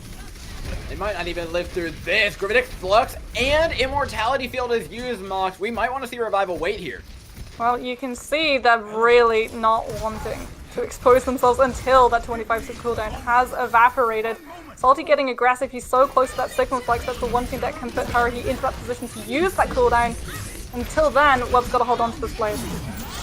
And they go with the rally regardless, so Wub popped it, and immediately, as much as you said he had to hold on, he does not have patience in his vocabulary. Moopy goes down as well, no main tank here. Comically large Crosshair are going to punish that mistake big time. Patient Blade is always the bigger blade. You've got to wait for that Immortality Field. If the break is still there, if there's too much CC, you just can't go in with that blade knowing cooldown's there. Knowing that you can just go in and immediately straight into that middle of composition, you get chewed out, and all of what Revival have been trying to break open this defense with is now lost. They've got the bot, but that can be shut down. That can just be turned into rally and amplification matrix charge. And Salty Sigma Fluxes, yes, they've been able to connect, but they've never been able to pick up that many kills. Yeah, you have a lot of ultimates, but nothing that guarantees a fight win like a Blade. Razor, though, going down is going to put you one step closer to doing exactly that. Good Dynamite Fi, unfortunately does not connect. They're going to force him into the back room and start this point ticking forward. They're committing a lot to winning this. Bongo as well here from Revival. They want this point, they want it bad, but they're not getting all that much here until finally Decod and Icy fall. Salty going to be keeping a hold of that Flux, though, and this is the thing Revival can use to build into this next engagement. Wub is at 61% of that blade charge, but we know in this meta how quickly Genjis can take that 60% and turn it into 100. And if you hold on to that Sigma Flex, Haruhi has got to hold on to this Immortality Field as well. You place that Batiste in such a horrible position, and he might actually have to just turn the cheek, face losing members so that they don't lose a fight, and that's when Revival can step up. But they're also going to have the rally here to back it up, which is a little bit helpful, right? You have at least some sort of response to the Genji ultimate, to the Blade that looks to take you down. Wub hasn't necessarily been the biggest benefactor of this Hollywood map. And now CLC get to move forward, trying to hold on to the choke themselves. Good halt into 3, Bob the counter. Critic Flux completely zoned away by this Omni, beautifully played by Fi. Haruhi holding on to Immortality Field as well. But Wub isn't able to come in. He still does not have that blade charged up. Oh, but they've got an Amp Matrix. They don't need the blade necessarily. Beautifully done by CLC, though. Move through the Amp Matrix, ignore it, and start taking down these tanks. Salty down, so's Moopy. Back to spawn, go Revival. Wub's got the blade for this next fight, but you have nothing besides traditional bullets to try and draw Haruhi into using Immortality Field early, and we cannot see this Genji invest that blade before that deployable goes down. Otherwise, we will see the exact same thing happening as last time, though. He will find nothing, and when you've only got 1 minute 50 to work with, nothing is something you cannot afford. Well, he's found Razor already. Ice trades it out for Aspen, though. It's a Gravitic Flux here out of CLC to try and close things out. But with R3 and Zulk going down, they need to find the kills right here, right now, and the fight, because you don't have any healing to back yourself up. They're slowly losing this one and pushing the cart forward while they're at it. Salty's on cut the entire time. Fi's actually going to move over to the Widowmaker. Going to be trying to just put a little bit of trouble on the sidelines. Because Wub has really been struggling to get himself safely into the middle of this composition, and that means that the Widowmaker, if she's able to connect those shots, does not have to worry about the Genji coming to sniff her out. It's a Genji that I'm really scared of, though. Razor's getting closer and closer to that ultimate. With a minute on the clock, that singular blade could be what ends it if they don't take B here and now. Salty has got to come in with this Sigma Flex. Revival cannot afford to lose this next fight, otherwise they are going to take so much damage before the next engage even begins. Wub able to start things off right. Fi goes down. Gravitic Flux to follow up. They're looking like they could take B here with the Bongo to help that damage on out. Razor moves into the Immortality Field to keep himself alive. Uses the blade even here. It needs to be big or else this is a massive waste. Icy comes in for the cleanup. The support's looking even lower right now. Moopy looking to go down on the Orisa. Not quite, but CLC have stabilized. And we said it. Revival, that was a fight they could not afford to lose, because now with 19 seconds, you're trying to mobilize a double shield composition into a place where you're going to be safe enough to get ults off and not be punished. Salty's onto the Hammond just to try and tap onto this payload, but that sets up everybody on the side of CLC to just come in and walk past you. And now onto the Reinhardt. That damage is even harder to move in on. The blade is immediately going to walk into a ton of damage from Decod, who charges out of the room, leaving his lone poor Baptiste there to die to Wub. Down go both the supports. Revival may just get to catch a little whiff of C. Fi's so close to that Pulse Bomb, though. Aspen and Laya, they're on 2 off supports, though they don't have the sustain. Salty 1 versus 2 up against the DPS. No heals up against a massive health bank. Razor so low. Just shoot them in a little bit. He doesn't go down. It's Lyra on the cart for victory, but no, OT ticks down. And CLC come away with a huge win versus Revival, setting the statement of the night with a 3-0 win. And that takes them, I believe, to 4 wins in total, though this team remains undefeated. Revival did a really good job at certain moments, but the fact that they just did not put value into places where you really should be leaning into your defenses came back and bit them right where the sun don't shine. You've got to ask yourself, if you'd had a little bit more time, if you'd been able to secure yourself the high ground, if you'd gone for those 1 versus 1s with the sniper, the Ashe versus the Widowmaker, or the Ashe versus the Ashe, and won, then you would be looking at a blistering pace through Hollywood. But instead, every single meter that you were able to eke out on that cut came off the back of ultimates that take so very long to charge up. And I feel like you mentioned, the big difference was definitely in the defense. The Revival on their attacks looked pretty good. They looked pretty convincing, making it most of the way through B. There is a respectable push for a double shield. It's just that your defense folded so many times on so many points and gave away so many critical moments. I mean, there was 3 different breaking points. The first one was a Sigma going down. The second one was the Genji blade being popped and finding no value. And the third one was the way you just went down like nothing on C. And it's these critical mistakes that CLC were constantly taking advantage of that gave them a win. You know what? Props to them for finding them. They didn't miss a single beat. I mean, the meta at the moment, no matter really which heroes we see come into that 6 stack, it's always been about punishing those mistakes. Every single map, you look at Blizzard World, how often teams wait until that Baptiste drops down Immortality Field when the teams on point A have wrapped around that side of the point. That's when we see the real bloodshed break out. And when we see people out of position like in Orisa, when you don't have that Lucio, you can't just chuck an immortality field at your problem and magic it away, because it will go away for 2 seconds. And then that deployable's gone, and you're lacking your best line of defense against a team that sees you. Sees the very small amount of distance that's between you and them, that Batistu still got that utility to go back in on, and they just press forward. And that was what we saw constantly in this matchup today.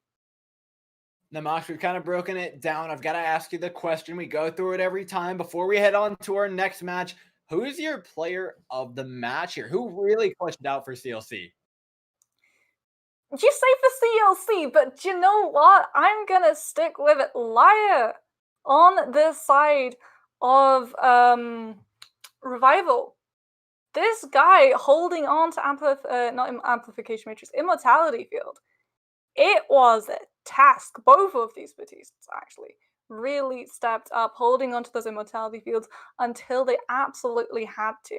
And in a meta that is all about punish the Batiste, bully the Batiste until he drops that one deployable, that is commendable. Hey, well, you may have liked Liar's play, but we've got an interview coming up in just a moment with the player who's been on both of these teams. It's going to be Razor with an interview in just a moment. Ladies and gents, we'll be right back.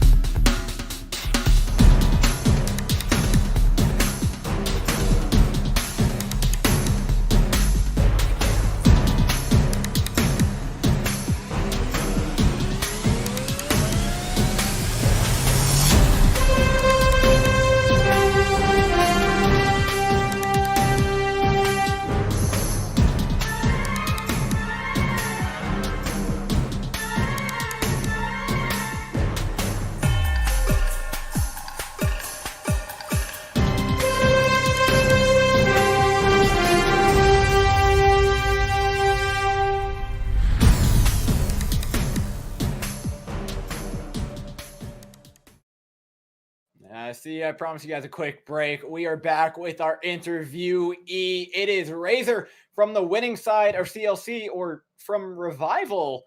Maybe a little bit of congratulations on the victory. I'm sure it felt a little bit weird beating out Revival, but you played out of your mind. I gotta ask though, what was it like going up against your teammates like that?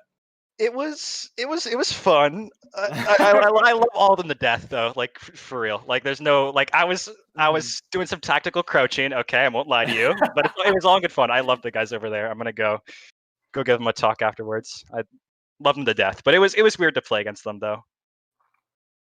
Do you think then, it being from your old team, that sort of influenced your knowledge of how they would play?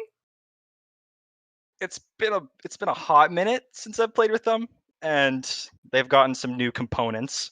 So maybe for some of the players, like Aspire, I've been teammates with them since like November of last year, like October. But like not really. A lot has changed since then, so it's like nothing I could really go into with it.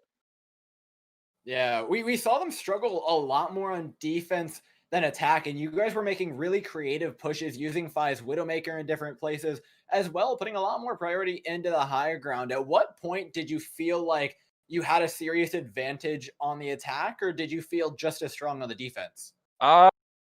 We just walked up, took the space. That was it. It's pretty simple. We just walked in. Sometimes W is the right option. Mm-hmm. And I know Dawes put me on the spot and asked about my pick of MVP, and I said both of the Batiste Slayer and Harry Heat. But Reza, anyone that you can say yourself. You will come across as quite arrogant, but you can absolutely say yourself. Okay, I'm gonna give it to Zolik and Haru because the amount of blades that I just went in and just no brained did, and they kept me up through it is absolutely insane. Like, props to them for dealing with my shit. Like, they are so good at doing that. It's insane. We love good supports around here. Razor, just before we let you go, I've got to know, are you using the crosshair? Always have been. All right. We love to hear. Congratulations on the win, man. We're looking for bigger and better stuff from you guys as you set yourselves up for the big win. And you know what? Completely lossless streak through trials. Mm-hmm. It's been good. One more tomorrow, and we're golden 5-0. That's the plan. One more. We'll keep an eye on you. Thank you so much for popping in for an interview. Thank you. All right, ladies and gents, with that, we're going to head on to our next match of the day. We've got a big one. It's Malibu taking on Regen for Group B. We'll be right back with that in a moment.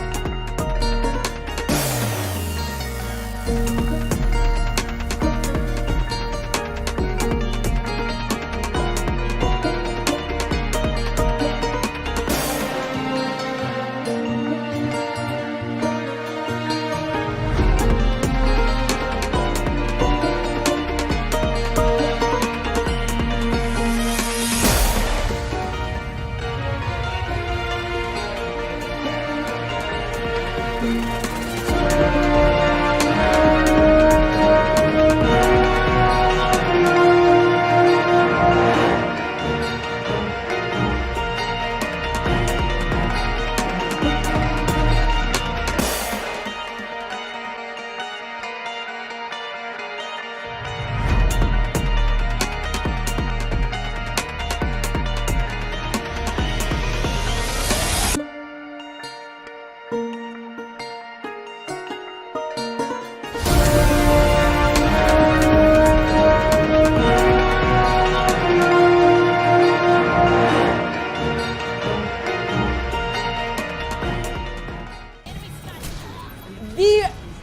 Team 2's Widowmaker is looking a little sus. I mentioned this earlier. It's always the sniper that's usually smurfing, but this is actually a lot harder than I thought. I'm not gonna lie, guys.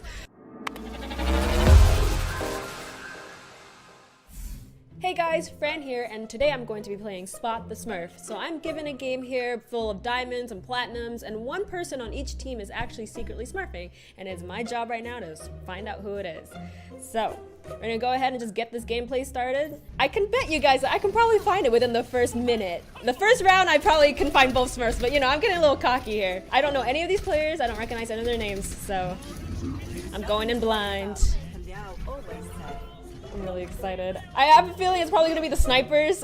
Dude, everyone always knows it's a sniper smurf in lower ratings. It's always the Widow player that has a private profile, bronze border, but we'll see. We'll see here. So right now, Team 1 is running that's actually a really standard comp. That's meta right now. And then Team 2 isn't running a meta comp at all. So it's going to be hard to find who's smurfing on Team 2 when they're running kind of like an off-meta team comp. But Team 1, since I played this comp a lot, I can probably tell. So far, no indication though. The Team 2's Widowmaker is looking a little sus. I mentioned this earlier. It's always the sniper that's usually smurfing, but I think that was just poor positional errors by Team 1 there. They just kind of let their backs open to the Widow, so you could kind of safely assume that the tanks aren't the GM, but we'll see. I mean, the first fight is usually not terribly indicative of who is carrying, but okay, so Raja, oh, another snipe from the Widow from Team 2, so let's view his POV, because it seems like he's just making so much space for his team with these picks. So positionally, he's a good player, because that's a very common position for Widowmakers. Obviously his aim is really above average. Oh my gosh.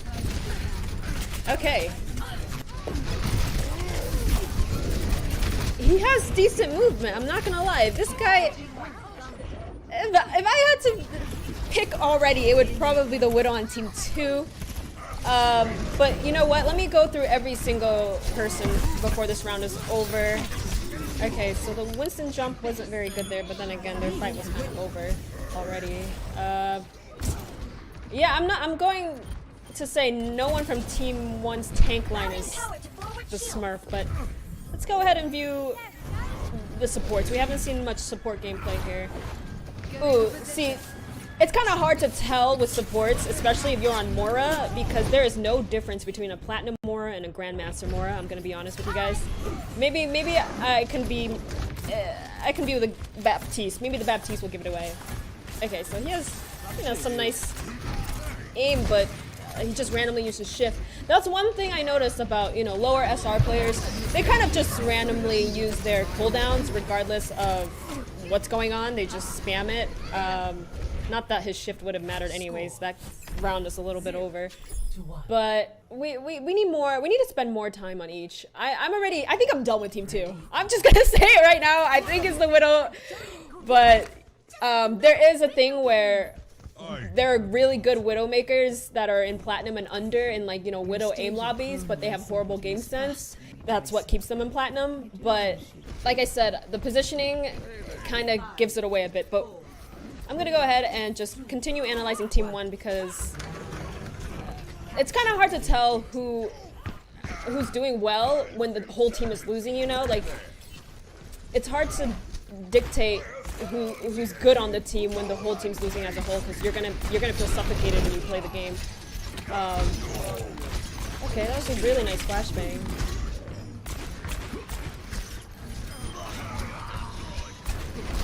This guy has really good aim. Wow. So one thing I definitely notice about players in Diamond and Under, a lot of them actually do have great aim, but they make really poor decisions and their game sense is a little off. Another thing that pretty much differentiates between a higher rating player and a lower rating player is actually the use of the map and structures.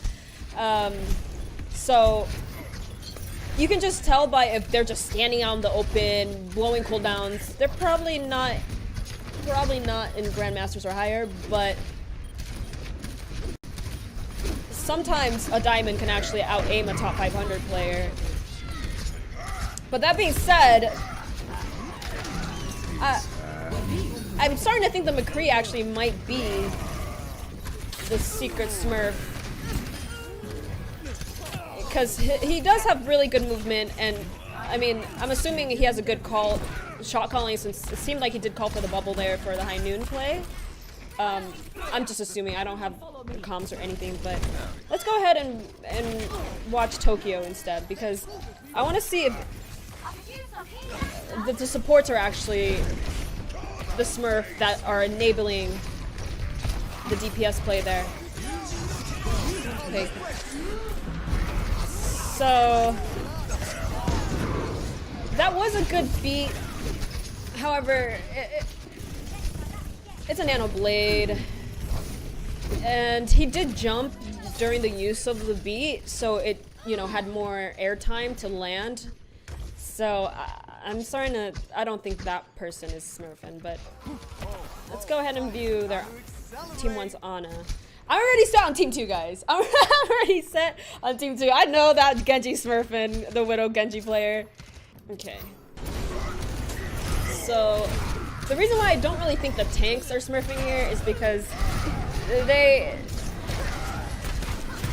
aren't allowing much space for the rest of their team, and they're just kind of blowing ults for no reason.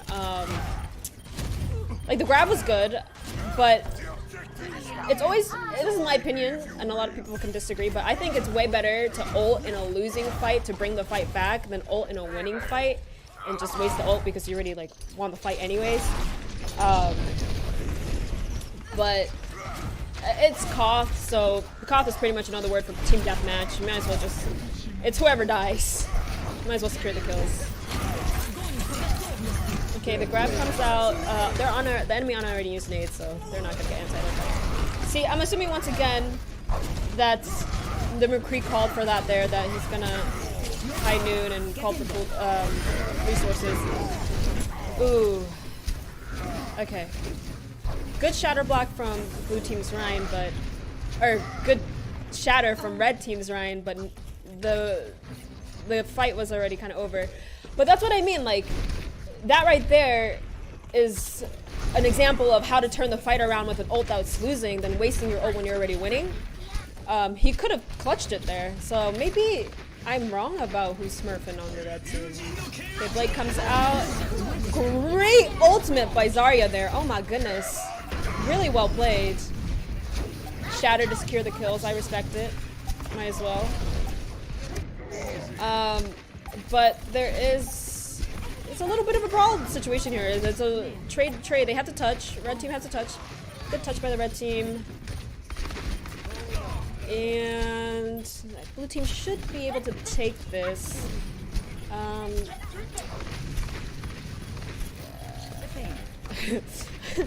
I love watching lower rating games and how long it takes to actually just kill things. It's great. Oh, great touch by the ball there. I'm starting to actually lean towards the red team's ball being the Smurf. Or red team's main tank. Because both times he used ults to turn the fight around. But I mean, his team couldn't follow up because the enemy team started using more ults. So this is actually a lot harder than I thought. I'm not gonna lie, guys. I think I need to watch more of the red team's supports as well. I haven't been giving them too much attention, so I think I'm gonna try to focus on that this last round, and maybe switch it up a little bit and go towards the blue team's tanks, because I'm assuming right now I'm leaning towards the 2 DPS, hit scan DPS on both teams as the Smurfs, but I probably have to watch this more than once.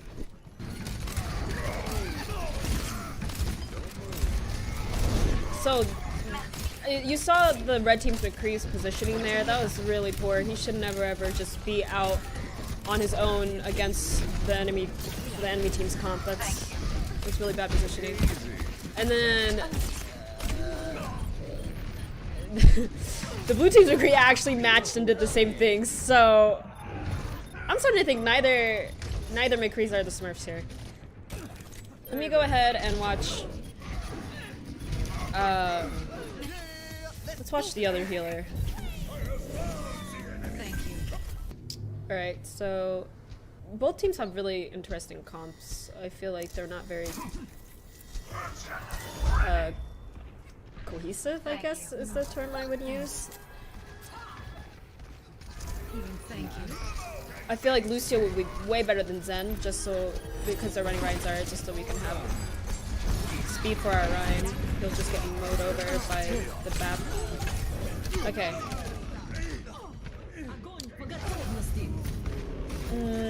Still can't really tell. They're BAP, see, the BAP zoning.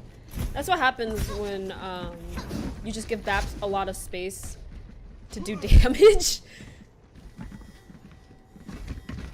I'm gonna give him one more shot. I want to see how. I think how he uses his transcendence here is going to indicate whether he's smurfing or not, because Trank is a very important ultimate in this situation. So I want to see if he actually Tranks here or saves it for the Zarya.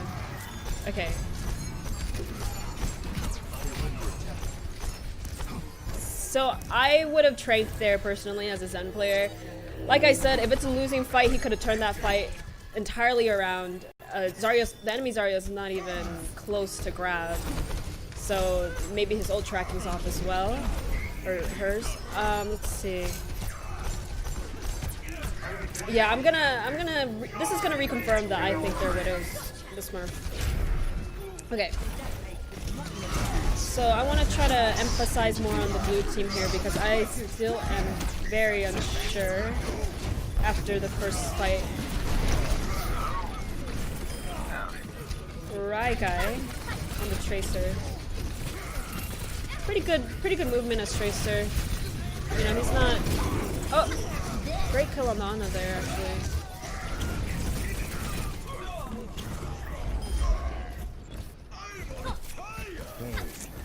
It looks like the blue team might actually take this. They have High Noon and tank ults coming up.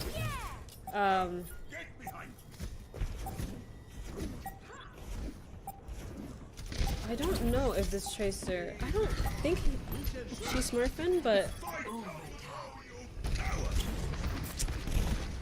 I'm gonna see how she plays this fight.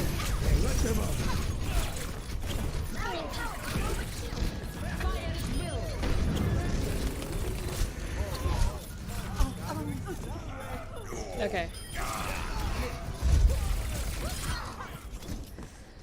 Okay, so this one was kind of... That was kind of hard to tell. I don't think the Tracer's smurfing. But I'm debating between the BAP and the Zarya actually. So there's like this weird order that I use to indicate how hard certain roles carry. So if first is your tanks. If you have bad tanks, you already lost the game. They are like they make the game 10 times harder if you have bad tanks. I think tanks is the most important role and the most carry potential role, as well as the role that pretty much indicates whether you're going to win or lose. I'm going to be real. Tanks are very important. And then if you have okay tanks, decent tanks, then it's the supports. And I actually think DPS is the last role that can hard carry in this game. I think tanks and support are the most important, and especially the tanks. So if their Zarya is doing well, then it's gonna be hard for me to tell if the McCree or the BAP are actually the Smurf, because it's gonna go in that order. So I think let's watch a little bit more of EnvyNo's gameplay and see if he's the reason why they won that, or maybe not. We're about to find out.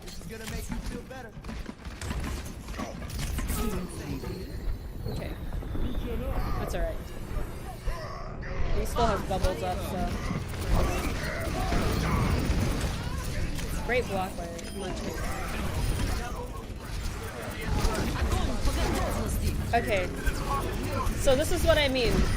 The use of ults when the fight is already won is kind of questionable. But you kind of could get away with it in, you know, Koth, because it's a deathmatch-esque type game mode. Let's go ahead and review Munching, actually, because I think he's creating a lot of space for the team, and the way he moves and the way he uses the map and his shield is going to heavily dictate if he's a Smurf or not. So let's go ahead and watch this first fight. Or I guess this is the second fight because they lost the first fight. This is gonna make you feel better. Sorry, I'm on the wrong one. Okay. Good fire strike by him. Shields right back up. Oh. So a lot of the times, higher rated Rhines, they actually hold their shield up right after Zarya bubble runs out, because it'll block the Ana anti-nade. That's a huge mechanical thing that differentiates a good Rhine and a bad Rhine. But I guess in that situation, maybe he knew that Ana already used nade and he didn't hold his shield up. But that's alright. I want to see how he plays the shatter out.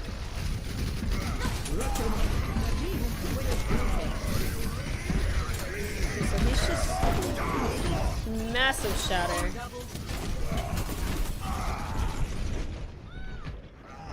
But he took a little bit too much damage there, so it was hard to follow up. But I guess they won the fight. I feel like in Team 2, the enemy Ryan definitely could have shattered and turned the fight around there. I'm not sure why he didn't.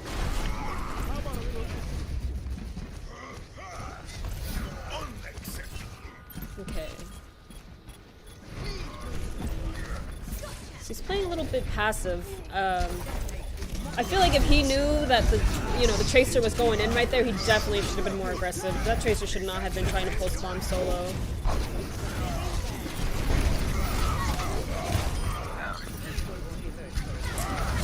Okay, so he holds his shield when no one's really doing anything to him, and then he pins when everything's happening. Great block. That was more of a misplay by Levi's, I think, though. I think he felt pressured to shatter there because of, they're at a one-fight territory. Okay, so I'm not sure if Munching is the Smurf. Let's watch EnvyNO on a different map. I'm between EnvyNO and Gamma right now. Actually, let's watch Gamma on the last map. I know his BAP was doing really well, but I don't know if it's because he's carrying or because the tanks are getting space. So let's see. Capture the objective.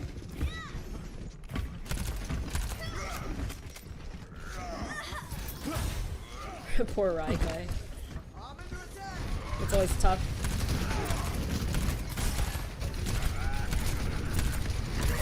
Okay, great lamp. Really good lamp there.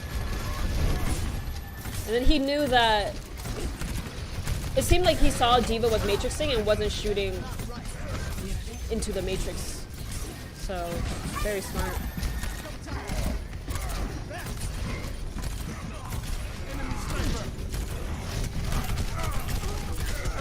I like that he's controlling high ground. BAP excels on high ground, so that I think his intentions were good, but he didn't get enough help up there because he had to 1v1 the D.Va. But I'm starting to think Gamma might be the Smurf, actually. Seems like a very smart player. The only problem is having high ground against Widowmakers is kind of tough because you can easily get picked off. But I think he knew that the Widow died.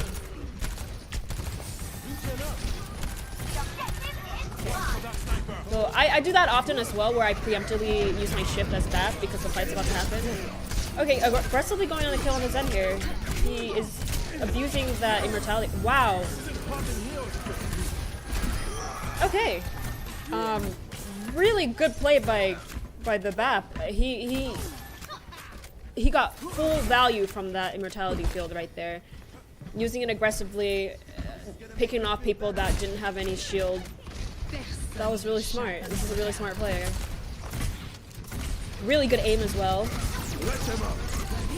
Great window. Great lamp. You can tell by the lamp where it's positioned. He actually, that lamp actually helped with the shatter because it forced the enemy team to push past that little area to kill the lamp and be in a position where they easily got shattered.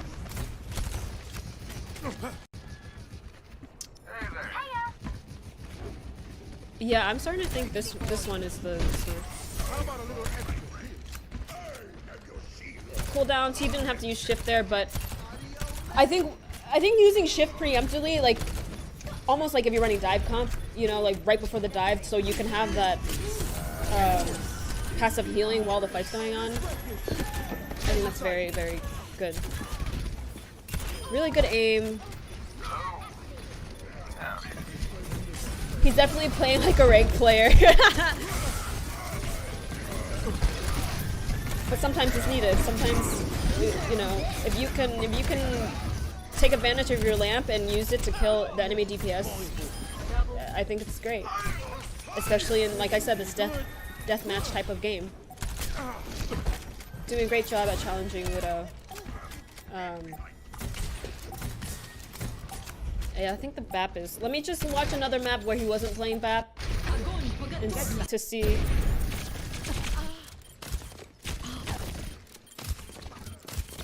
It's okay. Killing Tracers is like one of the hardest things on him. Oh, wow. He managed to still do it. I'm pretty sure Gamma is the Smurf on Team 1. It has to be. Great positioning. Great use of BAP lamps and taking advantage of players who are out of position, and that's totally okay. The fact, the movement, like the fact that it took Genji that long to kill him right there means he just has really good movement, and that is really telling of him being a higher rated player. Would have hit the sleep there if they didn't get bubbled and there wasn't the structure there, but I mean, still very good play. Very, like, he's aiming in that exact area. He or she, excuse me. Okay, so I'm pretty set on this one. Let's go ahead and watch this map. I think this is the map they lost, so it's gonna be a lot maybe easier to tell if they're on he's on a losing map, just to see what he does to react to losing. Like, a lot of people use ults differently when they're losing and play differently. Window here, great player. That window is literally the reason why that guy couldn't pull off the shatter. Yeah.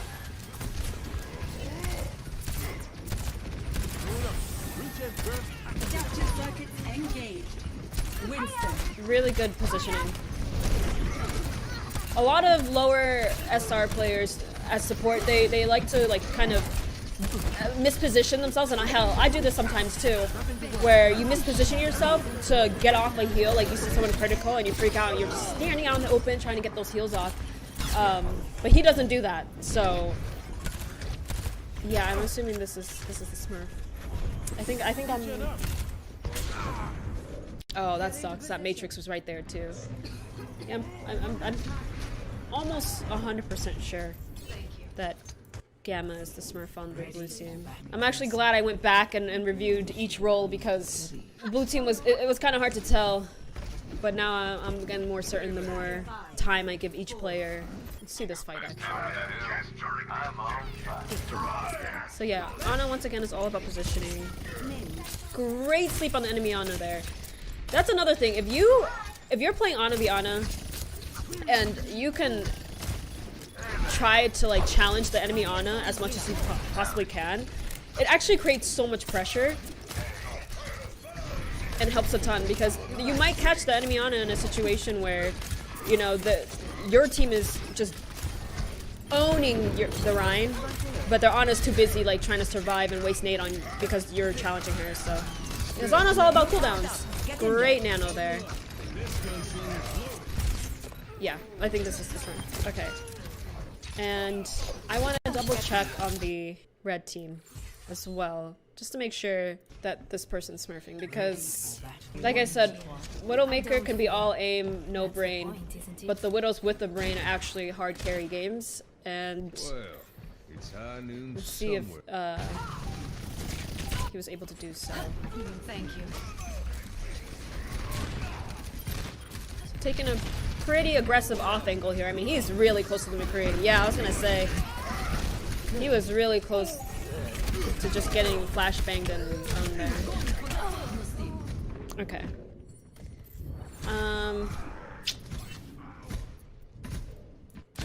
Now I'm not so sure.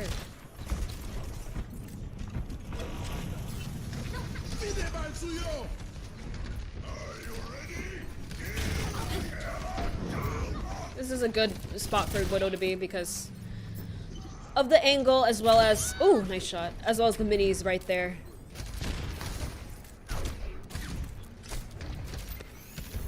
Yeah, I do think he's a smurf. Yeah. Thank you. All right. So I'm gonna go ahead and call it here, guys. I'm pretty sure Team 1 Gamma, their flex support is the Smurf, and Team 2's Widowmaker as Rough is also the other Smurf. I'm 1000%. So I'm gonna call it there, guys. I hope you guys enjoyed this, and we're about to find out whether I'm right or wrong. Let's reveal it. Let's reveal it.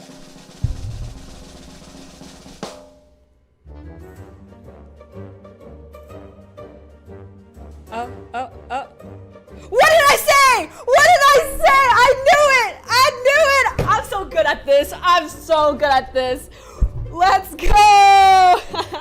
And hopefully you guys could take some of the information that I mentioned and apply it to your own gameplay if you guys aren't GM and above, because that right there is proof. Right here, guys. I'm right. I would have felt so bad if I was wrong, guys. I would have felt so bad if I was just roasting the heck out of an actual GM player. But let's go.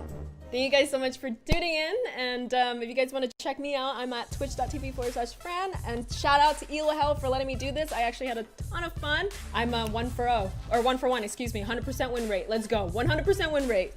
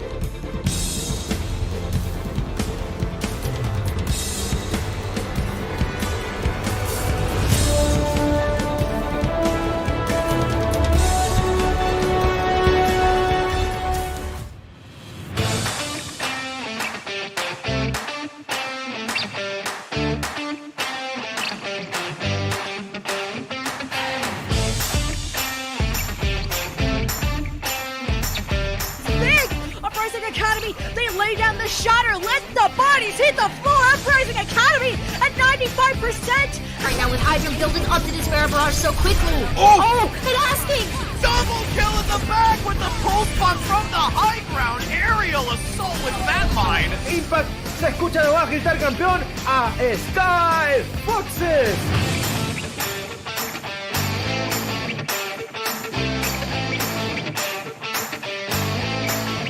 Holy cow.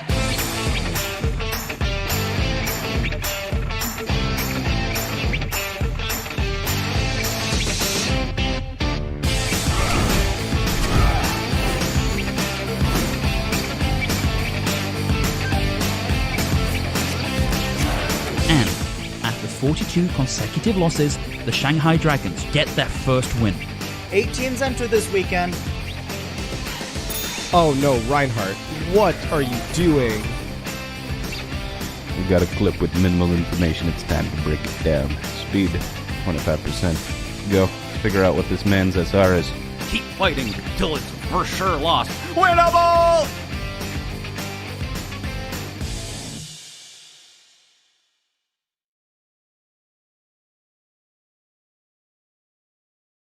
And we're back, ladies and gentlemen. Apologies for the break, but we've got Regen versus Malibu on deck. Things are getting ready to get real spicy here. My name is Jordan. I'm joined by the always wonderful Moxie. Mox, how you feeling about this second matchup we got lined up today?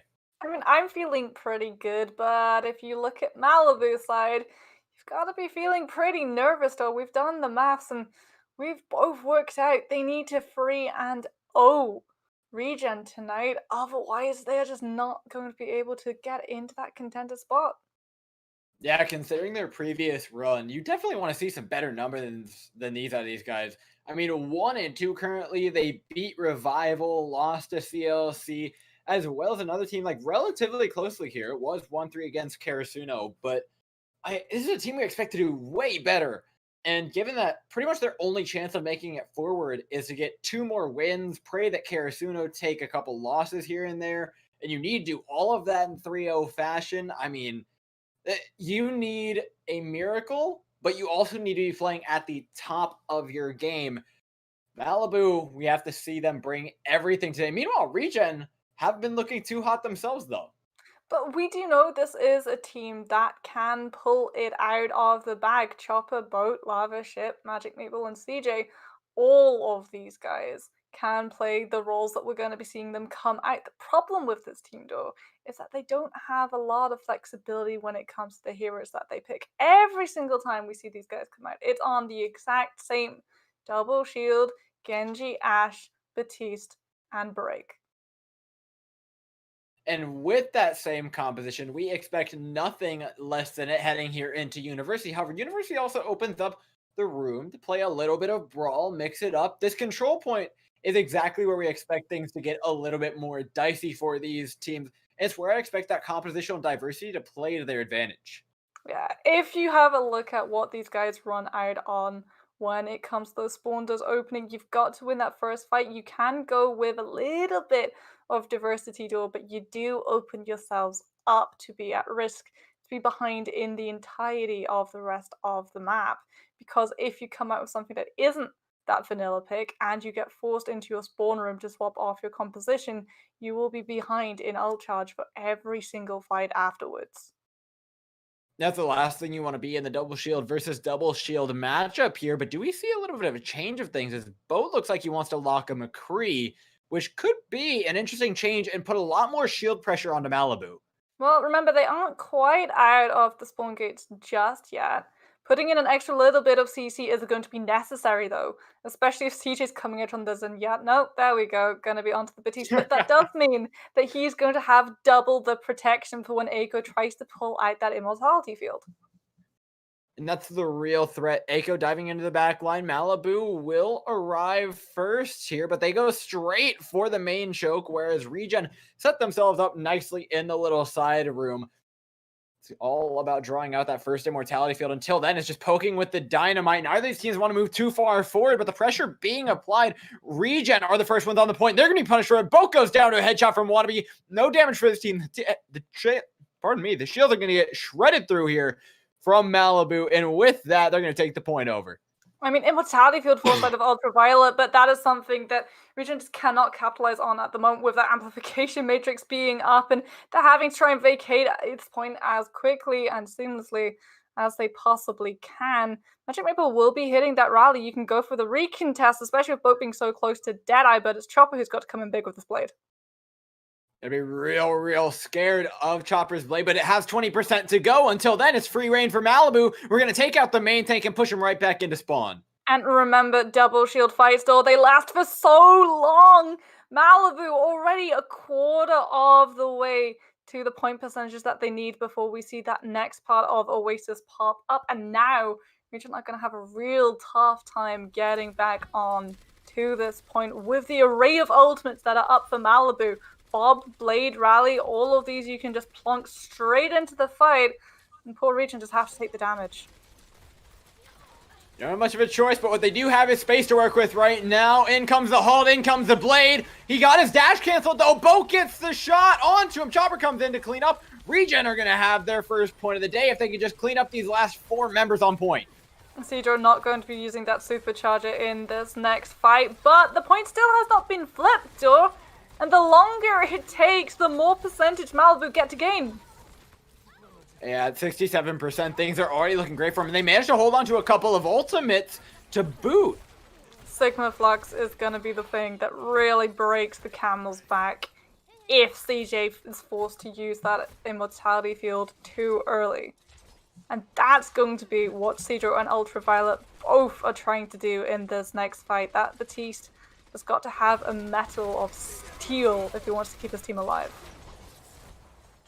A lot of pressure going on to him, but the Amp Matrix's pressure doesn't matter at all. Immediately disengaging away from it. Regen aren't able to make the most out of that key ability. Now you've just got the Bongo to do it. Malibu can make a ton of space, moving with ultimates of their own. We'll see the Amp Matrix probably placed very aggressively here for them to just push straight through this choke. Immediately comes out, welcomes them into the Gravitic Flux that puts them back on the ground. Everybody half HP, but the kills slowly rolling the way of Malibu right now as the health bars do not get much higher for Regen.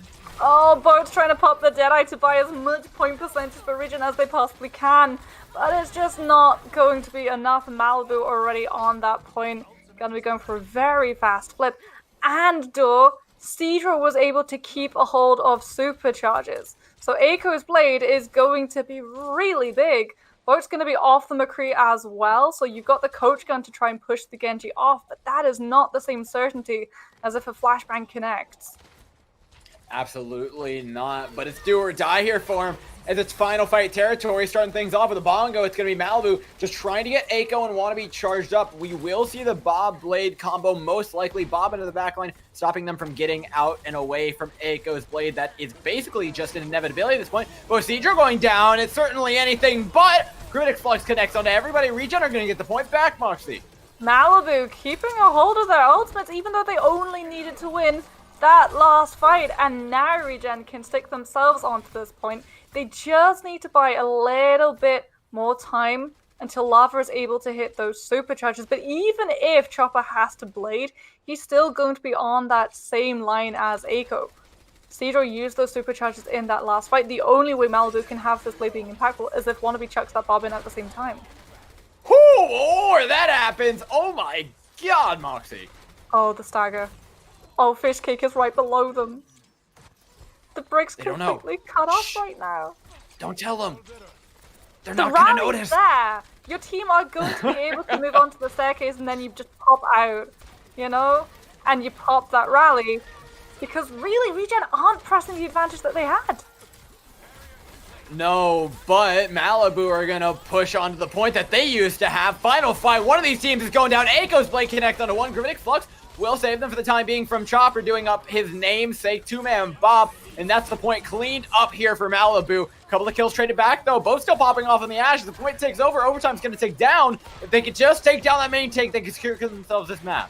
Well, the supercharger is gone. Shipped back onto the Hammond, but Wannabe able to stay alive with that coach gun, and unfortunately for Regen, they don't have the presence, they don't have the ultimates, and they don't have the power to flip this point back.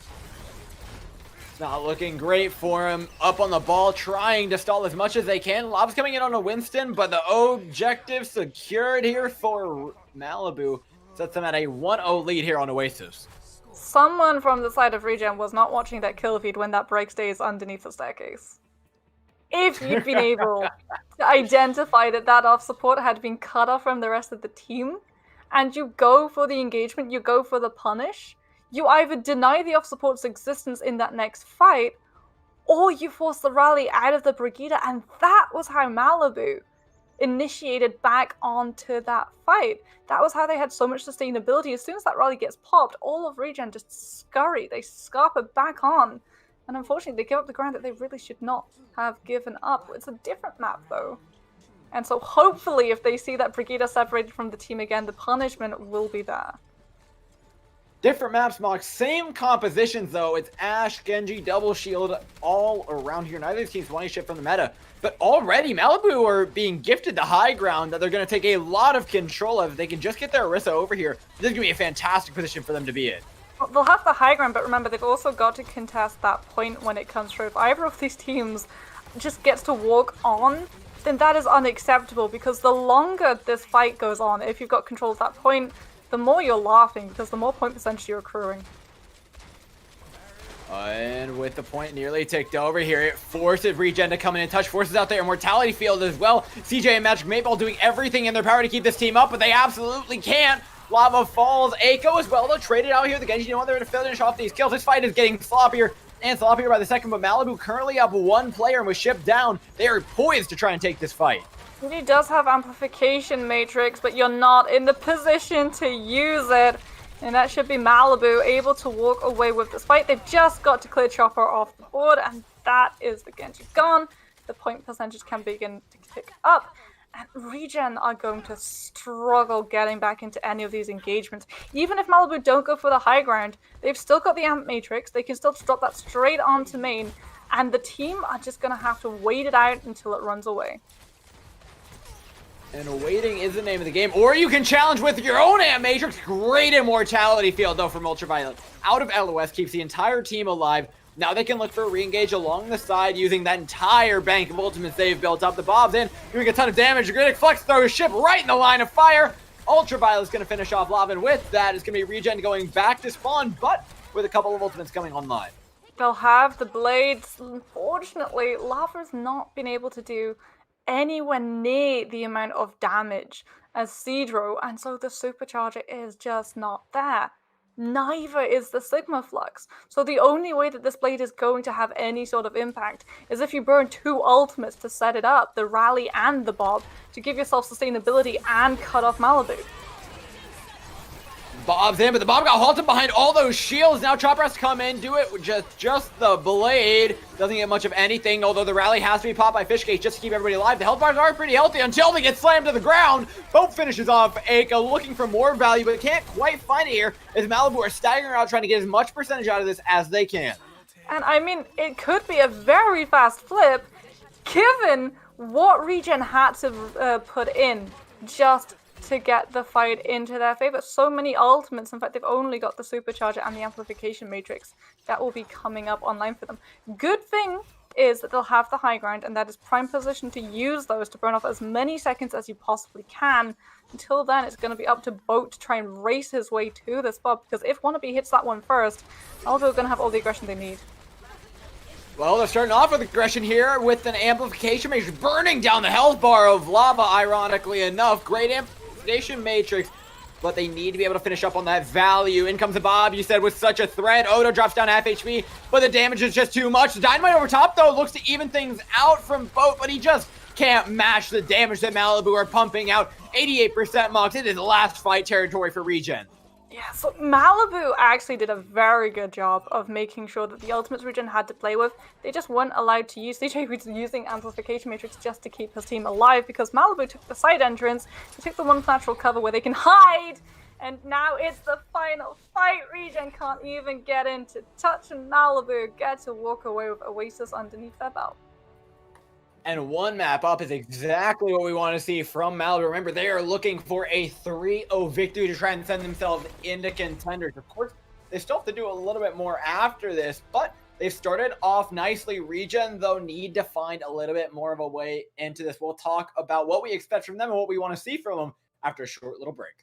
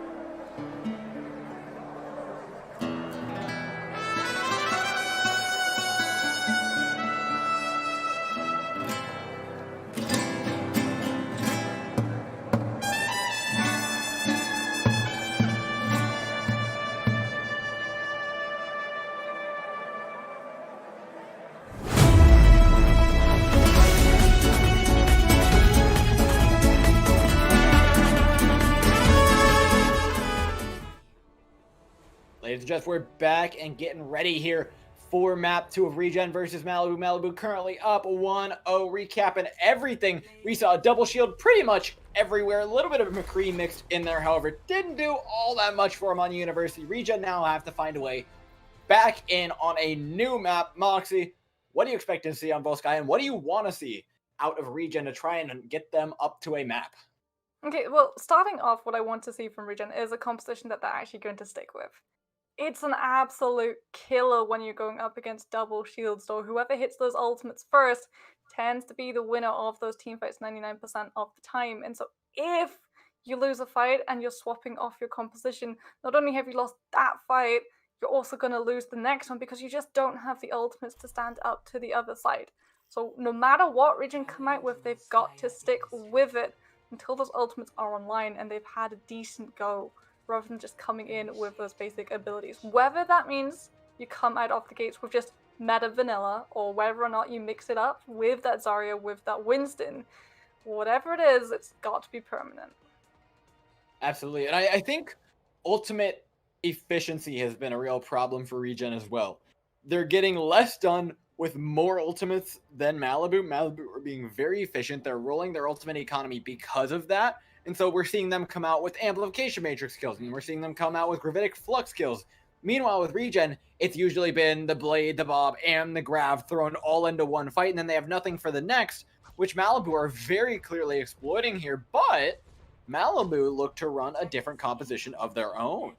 If they're actually coming out of this, and I've got my fingers crossed that they are, then this is less about the ultimates and much more about how you play in the neutral.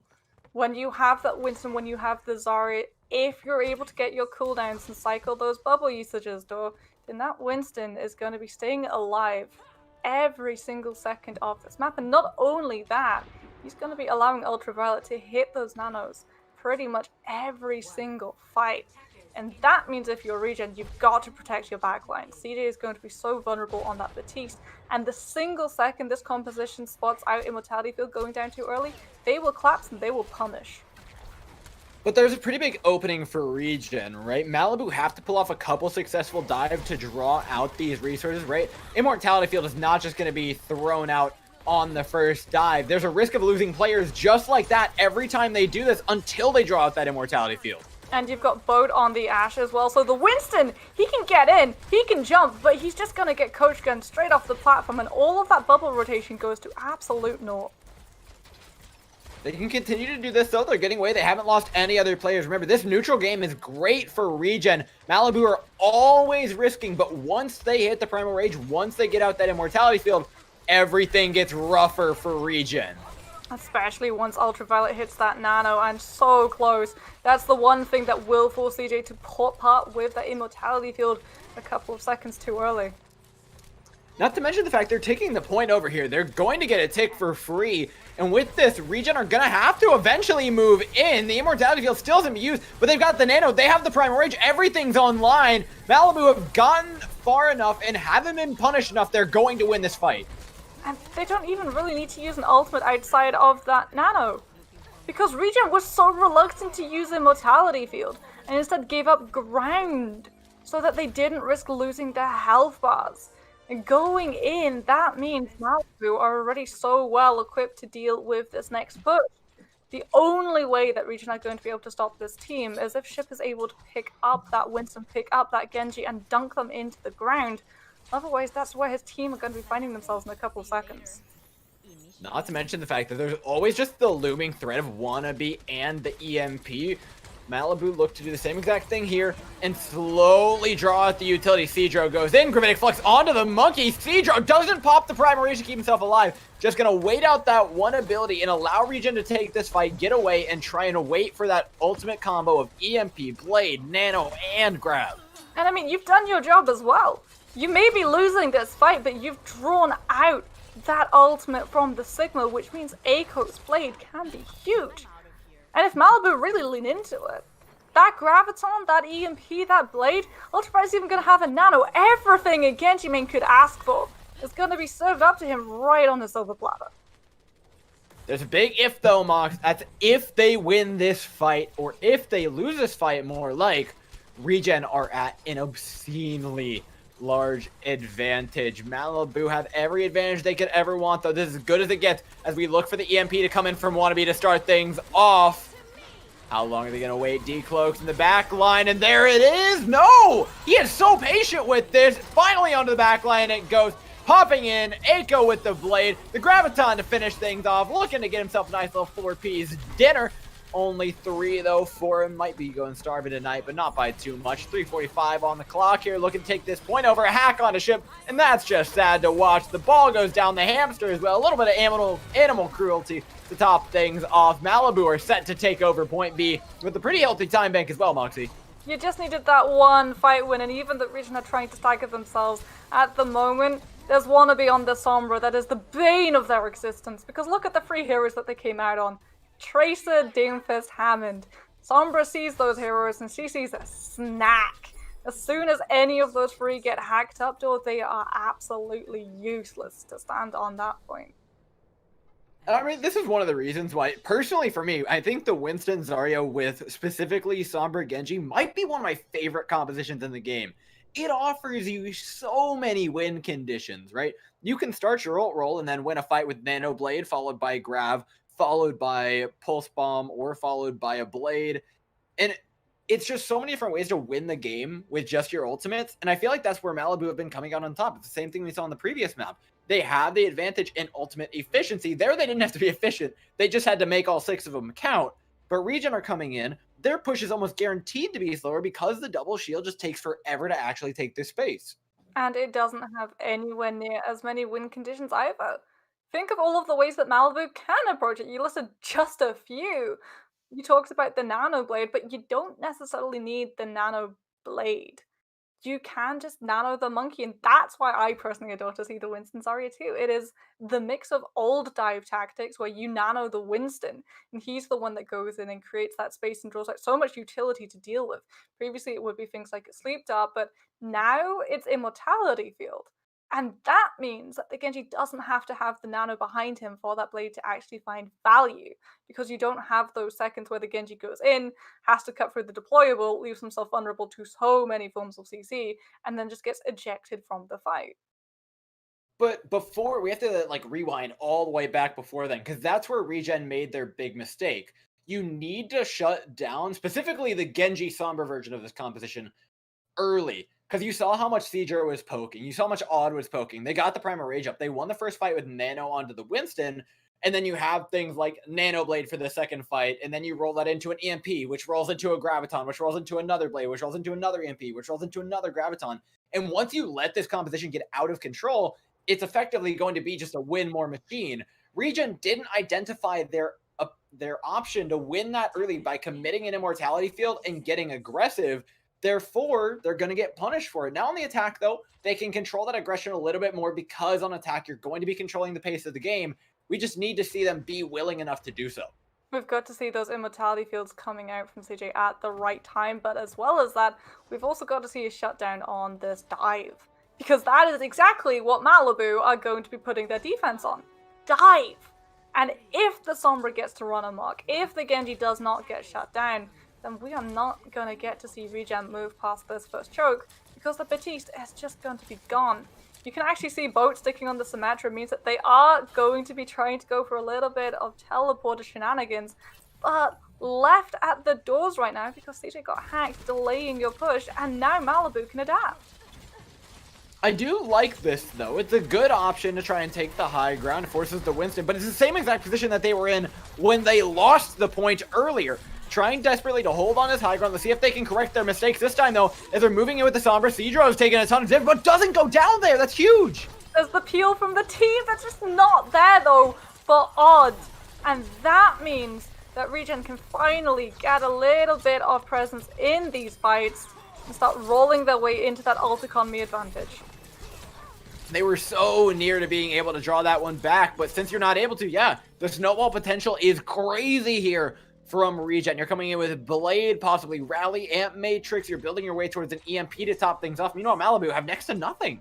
I mean, they don't even have Immortality Field either. That's the one thing that I would love to see Malibu identify, that you're not going to have a massive nano blade that saves you. You have to have sustainability right now. Swap to Batiste, cheat the ultimate to come for 25 seconds, but they're not going to, and now they're just not equipped to deal with this EMP blade combo. It's a big question of how do you peel. You just have to hit your shots pretty much. That's about all there is to it. Doesn't get any simpler than that, but Cedro goes down early again on the Winston. The positioning has not been there. Bode has an EMP locked and loaded in. It comes along with the blade. No, Eiko doesn't get to pop it. Completely EMP'd out. Chopper gets to run through, live up to his name, and maybe even set a better time here for Regen.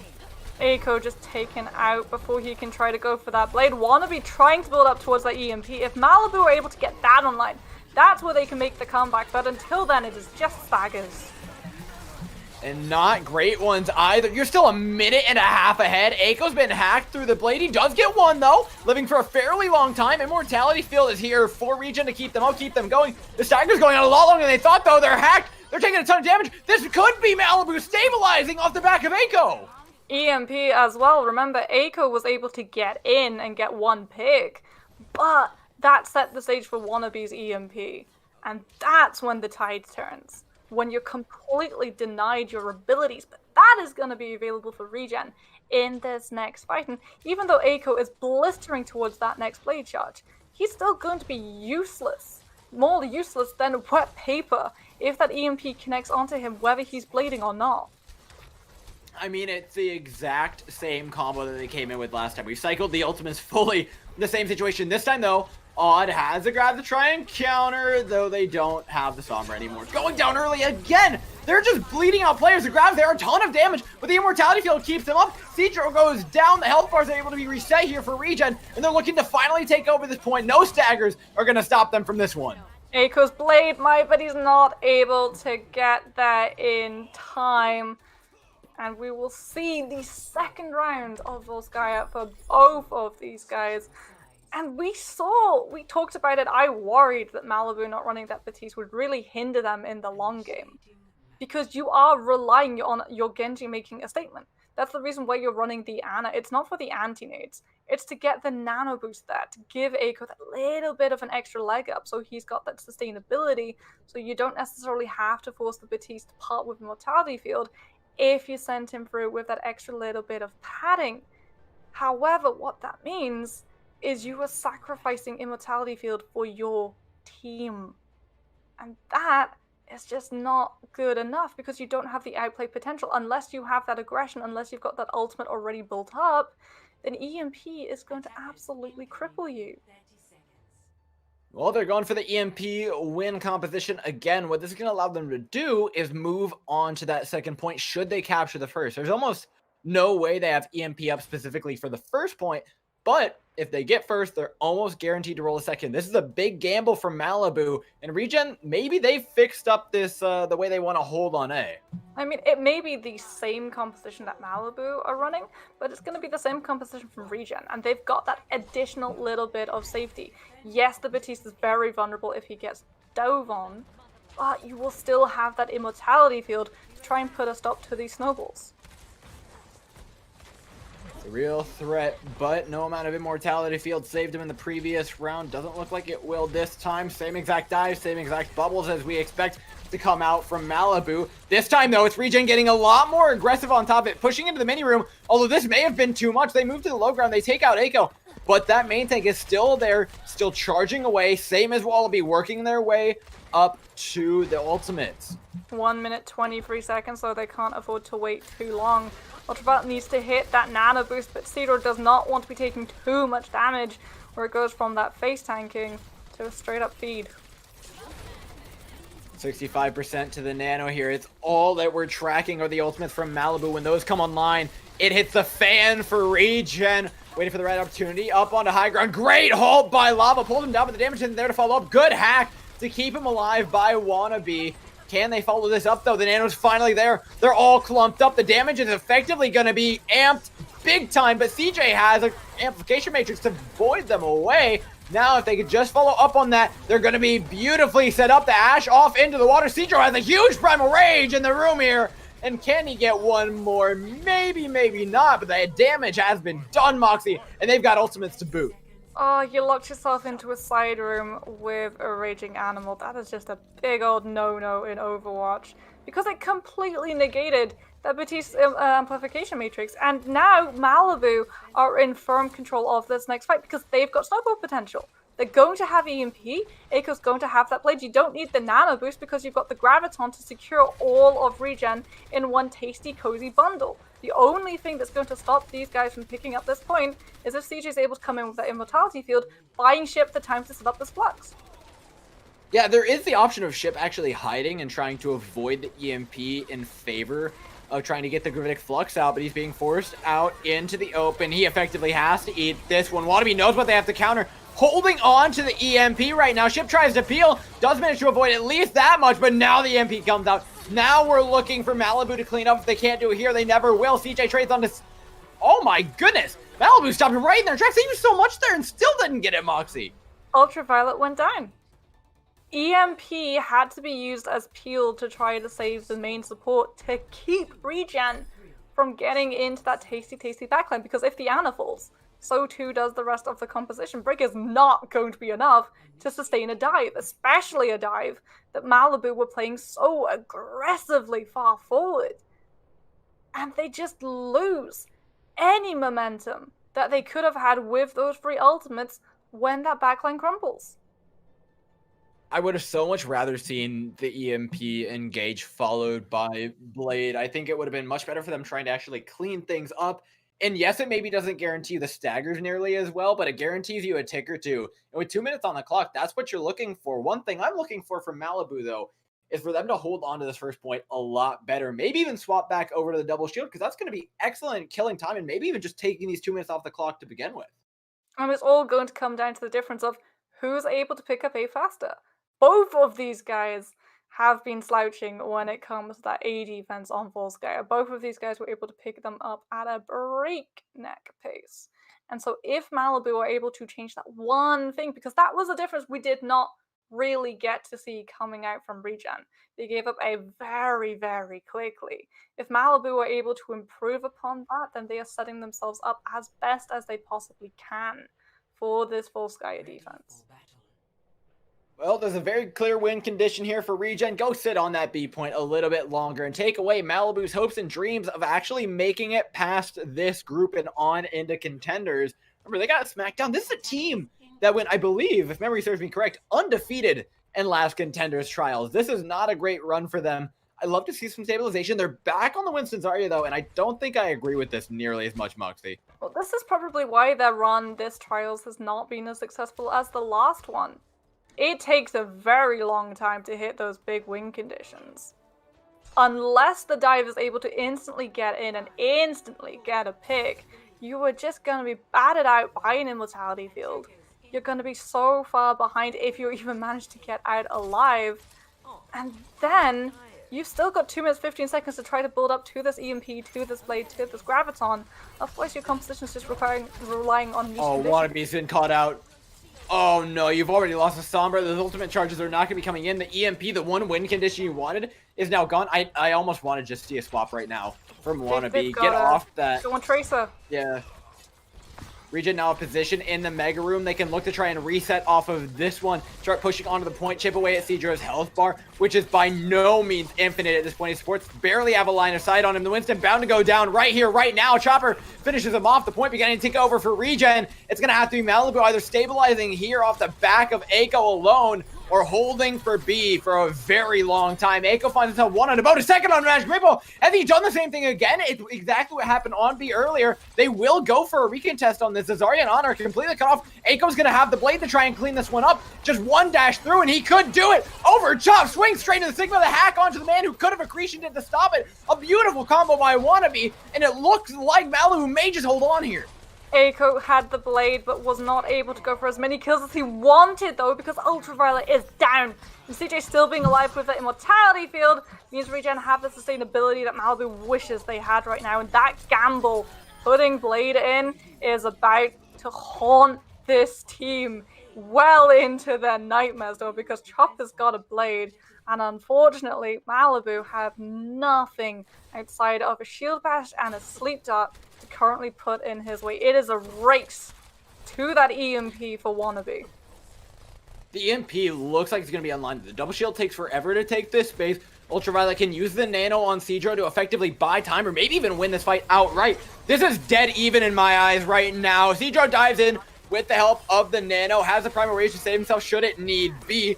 Amplification Matrix thrown out to try and counter. Both the EMP engages though. It doesn't catch Wannabe. Wannabe still has the EMP online to try and counter all of this. However, Cedro on the backline is peeling away beautifully. Malibu have found the counterplay. They've done everything correctly to counter this. And Regen are set back and back to spawn with 30 seconds left. This double shield composition, there's no way they make it back in without swaps. And Odd's going to have the Graviton as well, so even if you go for the swaps onto the Tracer, onto the Hammond, you are just going to be picked up and so vulnerable when Eiko comes in with this Blade. Eiko's got Blade, Odd has Graviton, everything is turning up horribly for Regen. Oh man, look at the flank from Odd. Oh, this is just cruel. They have no clue what they're walking into, Moxie. The shots are about to come in, 3 seconds on the clock. Even when overtime ticks, the Bongo's gonna be borderline ineffective. Wannabe over top, looking for the hack. Eiko in with the Blade to clean up. Finds plenty of value to hold on here for Malibu as they look to lock themselves up a map 2 and match point. Chip hacked out as well, not able to use the Sigma Flux, the one thing that Regen were resting their hopes on. We said it. Malibu, they needed to get a 3-0, but it is a draw, Door. It is not going to be that clean 3-0 that Malibu were hoping for. But, you know, it wouldn't affect their map differential at all. If they could just win the next couple, they are sitting pretty well at this point. It's still going to be the same exact map differential should they win the next two. And you know what? The best thing you could have done with those, frankly, miserable first point holds was go for the draw. So, congrats to them for holding on, but it's not quite over yet, is it? No. We're going to be heading over to, I believe, Hollywood next up. And if Malibu really want to lean into this dive, and dive has been where they're most successful, Regen have just not been able to stop those point A pushes off the back of those dives. Well, there's definitely Hollywood where you can continue running that, but Dora, I think we're going to be waiting just a couple more seconds if we get to see that composition coming at the spawn gates. Yep, 5 minutes this time, guys. I promise, just that many. No more, no less. We'll be back in a bit.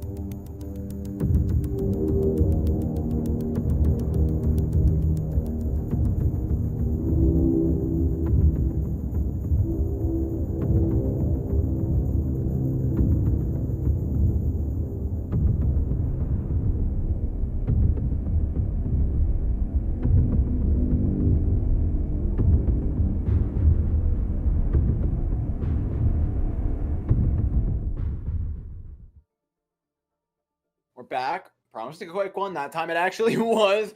Regen are currently down 0-1 still after a quick draw on Volsky. We're heading over to Hollywood. Now, Mox, you and I were talking during our short little break about what kind of compositions these guys could run.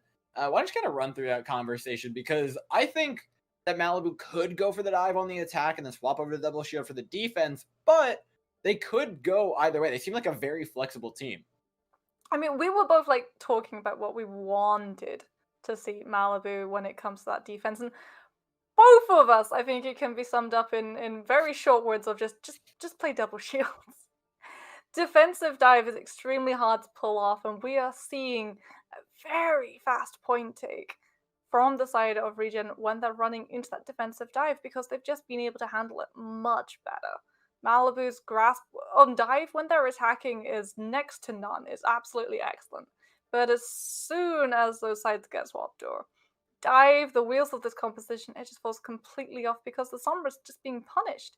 Every single thing that Malibu relies on can be just traced back to that Sombra, and if she goes down early, not only are you missing a member, but you are missing that one component that you use to really properly initiate. When a hack comes down onto that double shield, it forces the Batiste into using Immortality Field far too early for his liking and paves the way for the Genji and the Winston to come in, for the Winston to only need a couple of seconds, which the Zarya bubble provides, for him to do an actual impact in the fight, and then the Genji finishes off the kill. Yeah, and I mean, that's enough talking about like what the dive can do and how they can try and fix it up. I also think that there's things Regen can do to try and prevent the dive from being more successful. I think there's a certain level of aggression that they should have. Hero swap-wise, though, their options are fairly limited. A lot of times you'd think about things like a Mei, but on a point as open as Hollywood, it's not nearly as effective. You could try and go for a Torbjorn, but into the Zarya Winston, it's not exactly the greatest counter in the world. You kind of just have to do it the old-fashioned way and fix how you were playing on Volskaya. A little bit more CC, but unfortunately you are absolutely right. The Mei is just not going to have much of an impact. Blizzard is still a really good ultimate, but against dive, it's so mobile, it's only going to catch out one, maybe two people if you're lucky, and if the healers aren't caught out by it, even though they're not running that Batiste, Tiana's still just going to be able to focus whoever gets caught in the snowstorm and keep them alive, and then she'll have a nano just put back right into your face.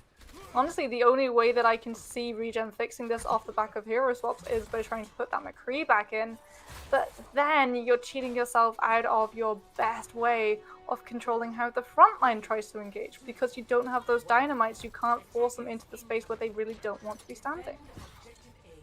Well, it doesn't matter what we thought they might do or what they could have done to swap. They are going bog standard double shield, both the sides running. You guys know what we're looking for. It is halt combos, dynamite, accretions of plenty here. And the high ground belonging to Regen first.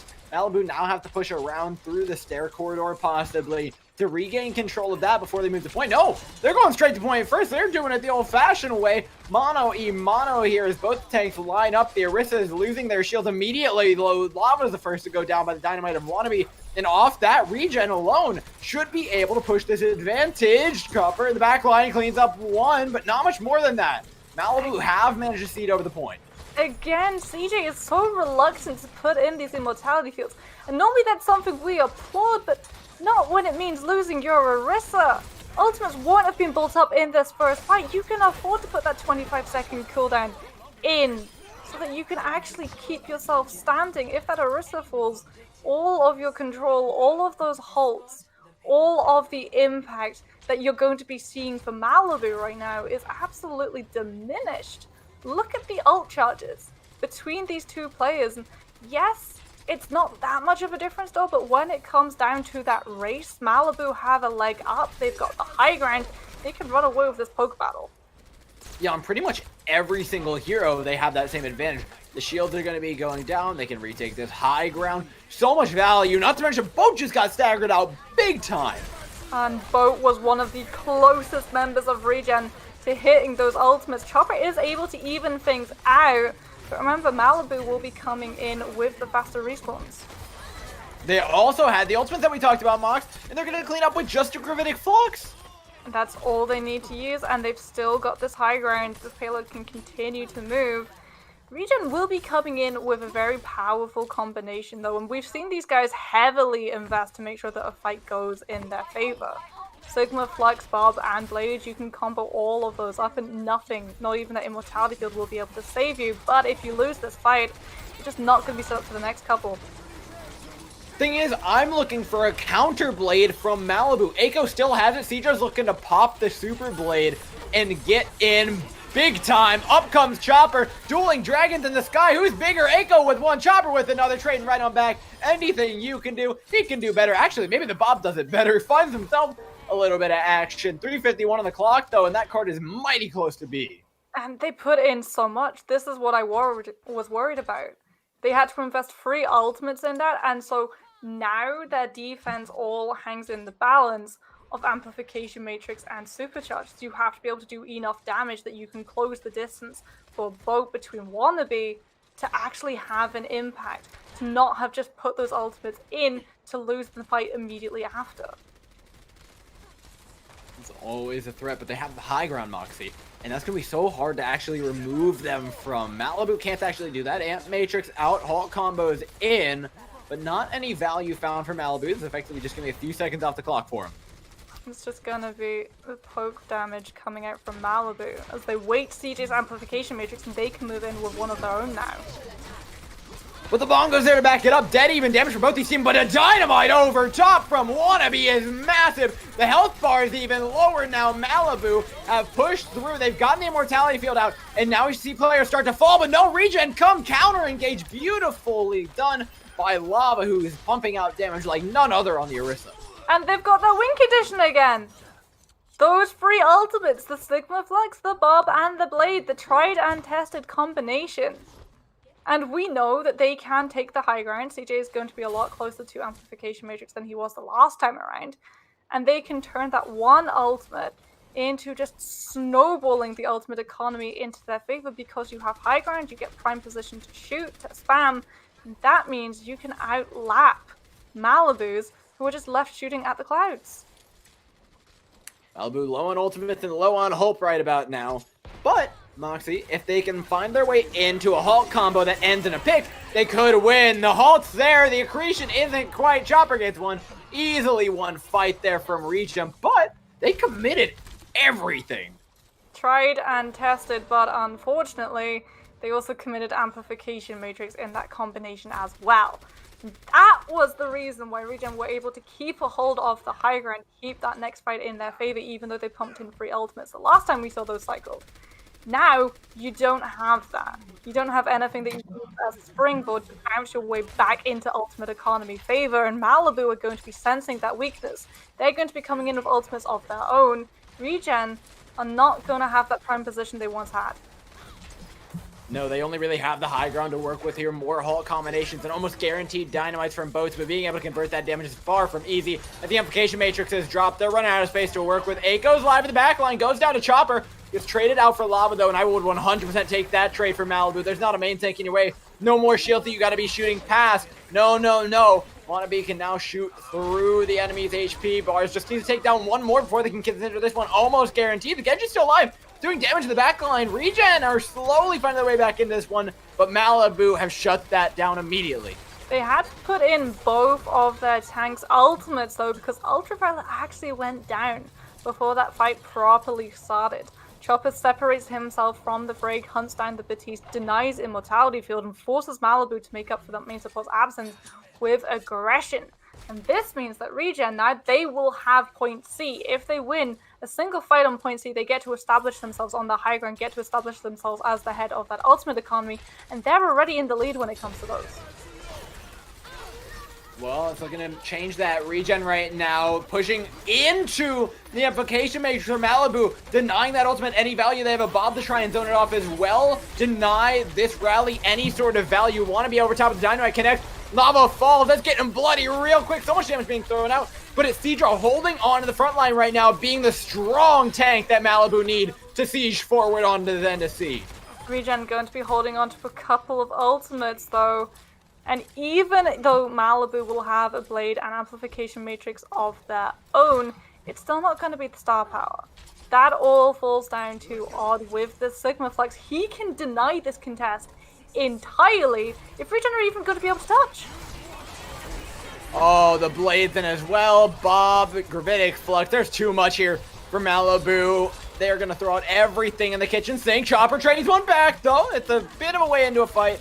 Probably not enough here as Magic Mayball is trying to clutch it out. They actually do manage to Regen stabilize. They managed to keep their supports alive far longer than their opponents, and when you've got those respawns being that close, every single kill that Malibu has on the wrong side of that kill field is double the damage that Regen has of theirs. Now you're going to see 23 seconds on the clock. Malibu have to try coming into ultimates.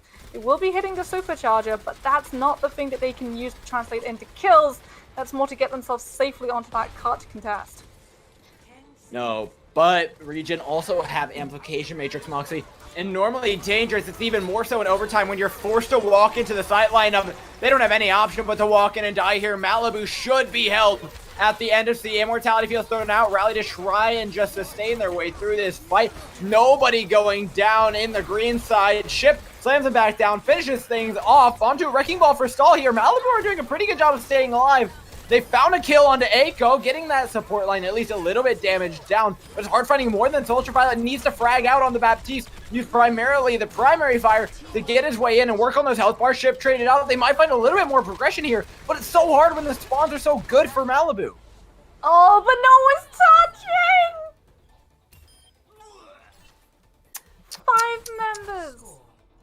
4 alive around that payload door, and no one touches. And they could have come back.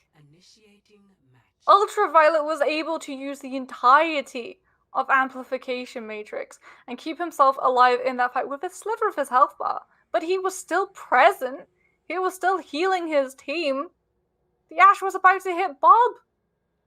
20% away from that ultimate, and that was when Malibu could have stormed their way back into that fight. But it is not to be. And Regen will be breathing a big sigh of relief, but for how long, though? Because to get that close to finishing a hybrid map when you're running double shield composition into double shield composition is something to be commended on.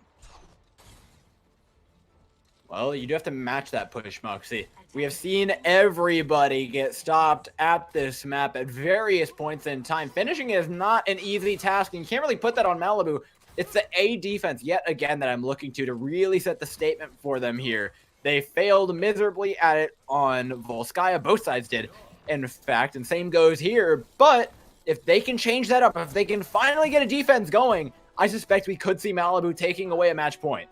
I mean, we said ourselves that we wanted to see Malibu commit to that double shield defense, and that is exactly what we've got, which means Regen have to be able to open things up. Both not going to be on this Widowmaker for long, just trying to find that initial frag, not going to find anything other than double shield, and we'll be swapping onto the more dependable Ash as you try and match wits with Wannabe, who gets prime position on that high ground, just gets to spam away, whereas you've got to slink your way into the side room and up the stairs.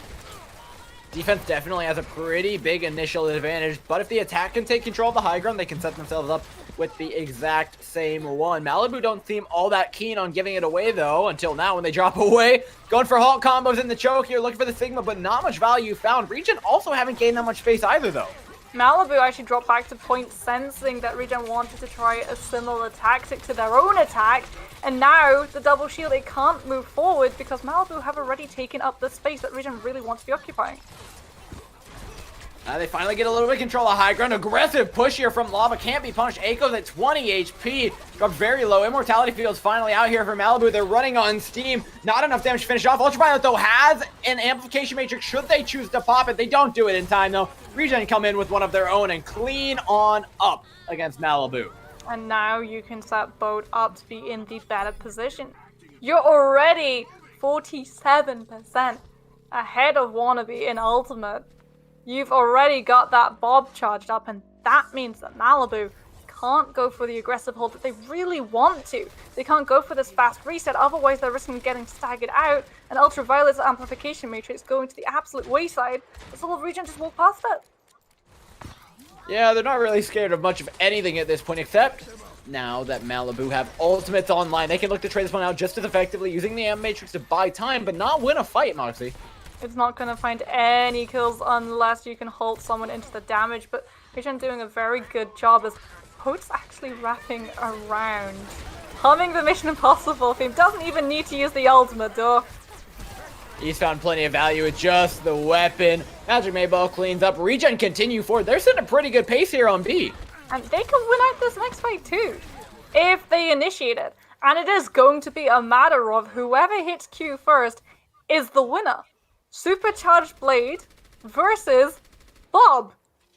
The one difference for the side of Malibu is that they will have the rally. A rally that they can use to go aggressive, and aggressive they've got to go, because if they wait a single second too long, CJ's going to hit the amplification matrix and Regen get to walk away with this fight.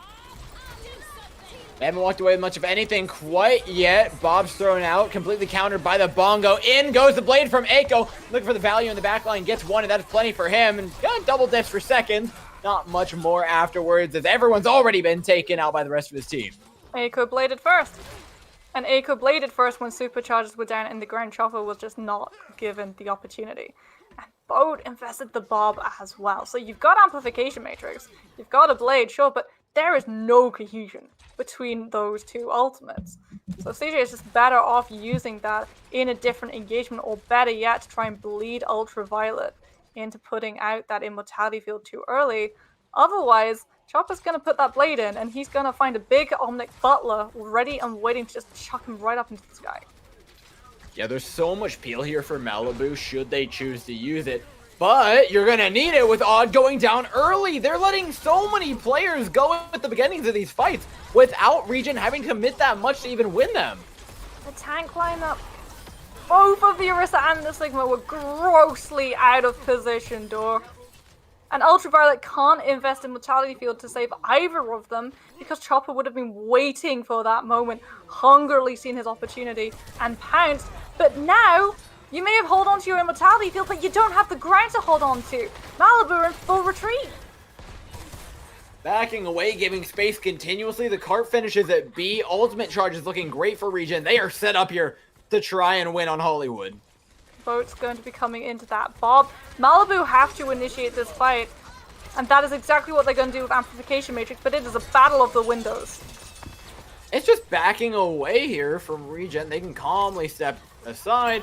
Looks to go for a re-engage now with the Gravitic Flux and the Blade to finish things off. Down goes Baptiste. There's nothing that's going to save you from the damage. Another fight rolled through by Regen, with Malibu barely even putting up a fight. Malibu thought they could win that fight, though. They put in the Bob. That was a gross miscalculation, because now Odd has a Sigma Flux, but you've nothing to finish off the kills. You don't have an Omnic Butler. You're only going to have a hamster to try and stall on cards. Well, that's a big Gravitic Flux. Might say that's a good way to start out. Immortality Field has been forced out. Chopper goes down. We might finally see Regen get stopped here. Not quite yet, though. 5 vs 6 is not unwinnable for them.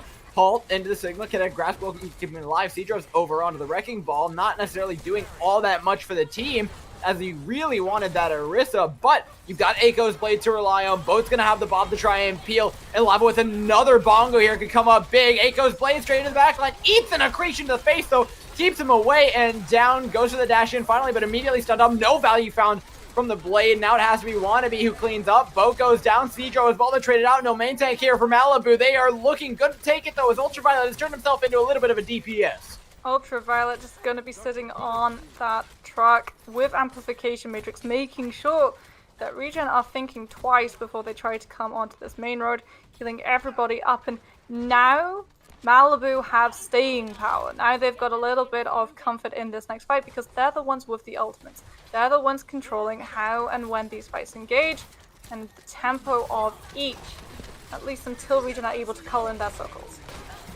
Yeah, total dry fight here from Regen. If they win, it's off the back of some clutch plays from Chopper and Boat. Both looking for the backline here, staring at Ash and Ultraviolet. Don't manage to find anything. Gravitic Flux from Odd. Nice little 3-man there for the boot, but 1:30 on the clock. Regen aren't quite hurting for time yet. And Malibu aren't hurting for ultimate economy, because they did all of that with an Amplification Matrix and a Sigma Flux. Which means when Chopper comes in with this Blade, Malibu still have peel options available in the form of that Bob and that Rally. And so Regen They've got 1 minute and 7 seconds. They're going to be waiting with the blade until they see that opportune moment. But if you wait too long, you're going to run out of seconds to live. Wait till you see the whites of their eyes, kid. Looking for the right opportunity to go in and dust them down with Wannabe on the Ash. Waiting patiently to throw out the Bob. Rally as well from Fishcake to keep them alive. So many tools to go in. And they're starting off with the Bob. Doing a little something on the point. Lob in a world of hurt. But Wannabe's Bob eventually does go down. Rally just trying to sustain things here for Malibu. Was used a little bit early. Now they're not going to have it for the engage. But they do have it for Aiko's blade. Nice and armored up. Dealing plenty of damage. Cedro finishes off Lava. And with no main tank in the way, Regen just have to cower because their health bars are getting so low, Moxie. Cedro's about to hit the supercharges as well, and when it's the overtime fight, you can't cower away from the payload. You've just got to take the brunt of the damage, and I don't think Regen are even going to be able to tag onto that point online in time. Both will be coming in with the Bob Magic Maple onto the Lucio. They've got staying power if they're able to hit it, but unfortunately Malibu already have Amplification Matrix charge, which they can drop on main. Yeah, they can drop Ant Matrix, deny the Space Room coming in. All this, there's the Bob, the Orisa. Lava just has to run into this one willingly. Goes down to Wannabe. Malibu are looking to set themselves up at a 2-0 lead. No, wait a minute. Main tanks are alive here. Definitely not over yet, Moxie. The Dynamite doesn't really connect from Wannabe. Not over, but the ultimate charge is not looking great for Regen. They're working their way up. Lava might be able to get the supercharger online here, but there's no Ash to help out. CJ's trying to do all of the DPS and the healing on the Baptiste. Does manage to. Aiko goes down as well. Cedro, the card's approaching the end rapidly here. Malibu may have let this one slip from their fingers. Bab's still alive, and so he's still healing, and you've got the Reinhardt, the frontline presence. Malibu have to touch, have to contest. Want to be so close to the bomb, he gets it out. Gets it out. Is it contesting is the big question. I don't think it is. I think it's all in the Wrecking Ball here, who is managing to stay alive. All the respawns are coming back in for Malibu, but just barely. They need a kill right here, right now. Aiko's blade slicing and dicing, but he's only got 12 HP to work with. He can't do it. Regen might have gotten the recontest, but the staggers are still there. The Brigitte might be able to get the contest off. Fishcake doing everything in their damn power to get the touch off Amplification Matrix, but nobody's on guard. It pushes over Regen. Take over Hollywood to tie up the score. Regen are able to push that card in overtime, door, through the arsenal of ultimates that Malibu puts in that way. And I'm gonna say right now, CJ staying alive on that Baptiste when he drops Amplification Matrix, even though Aiko goes for the Swift Strike straight through the window and still tries to finish off the BAP, that's the turning point for this team, and that's the reason why he is currently my vote for MVP.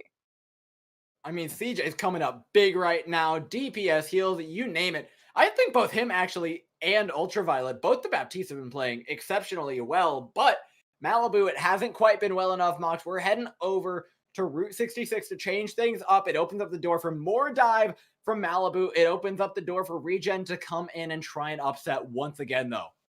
This is where I think we're going to see whether or not Regen have really identified what Malibu are trying to put in front of them, or whether it was because Malibu were running that double shield composition and teams right now are so used to running double shield. Because if Malibu come out of those gates with that dive composition and Regen are still not able to deal with it, Malibu know for a sure sign going forward, you don't go for the mirror matchup, you grab a Winston, you grab a Zarya, and you grab yourself a series win.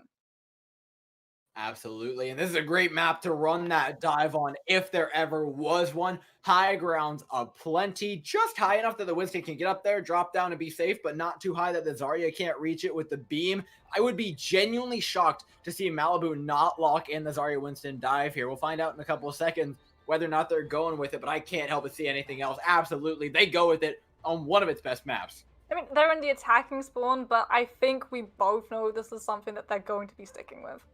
Wannabe on this Sombra has been doing so much when it comes to those EMPs, and CJ as well. This is a Baptiste who knows when to use a Mortality Field when they're going up against double shield, but going up against dive was very conservative, was very reluctant to part with that cooldown because every Baptiste knows it's drilled into your head. Don't use a Mortality Field too early on, otherwise you will be punished for it, but holding on to it for too long, that's what's really coming back and biting this Baptiste. If CJ has been able to identify that sweet Goldilocks middle ground, that is when we are going to see a true battle between these teams. If he hasn't, Malibu get to run away with this dive for free.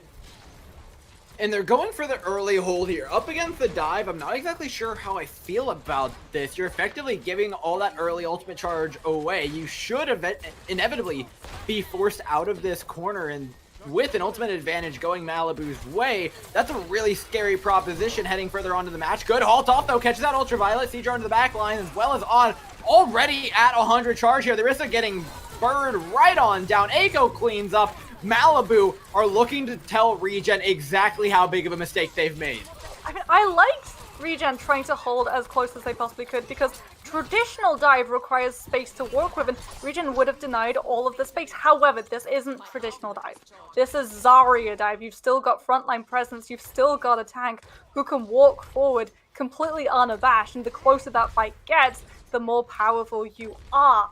And in doing so, Malibu have been able to grab themselves the high ground that Regen have worked so hard to try to deny. They've also given Malibu a massive boost to their ultimate charge. Remember what we talked about earlier, Moxie, with this composition. Once they get their ultimates rolling, it is all over. It's going to be grab, and then blade, and then EMP on repeat. Fight after fight after fight.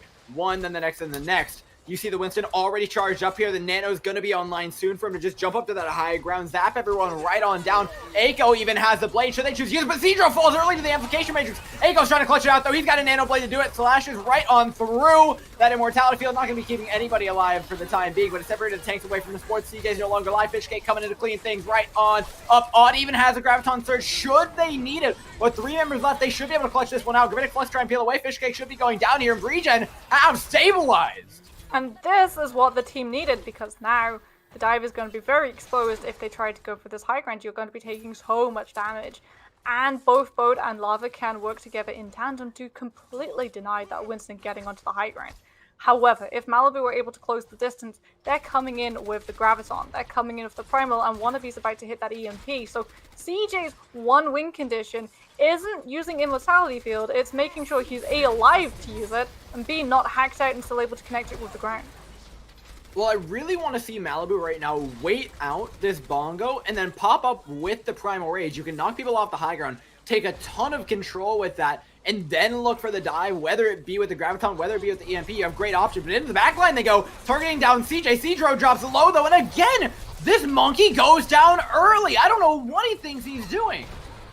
He really wants to pull out that Immortality Field, but CJ has learned the lesson and is being extremely patient with those.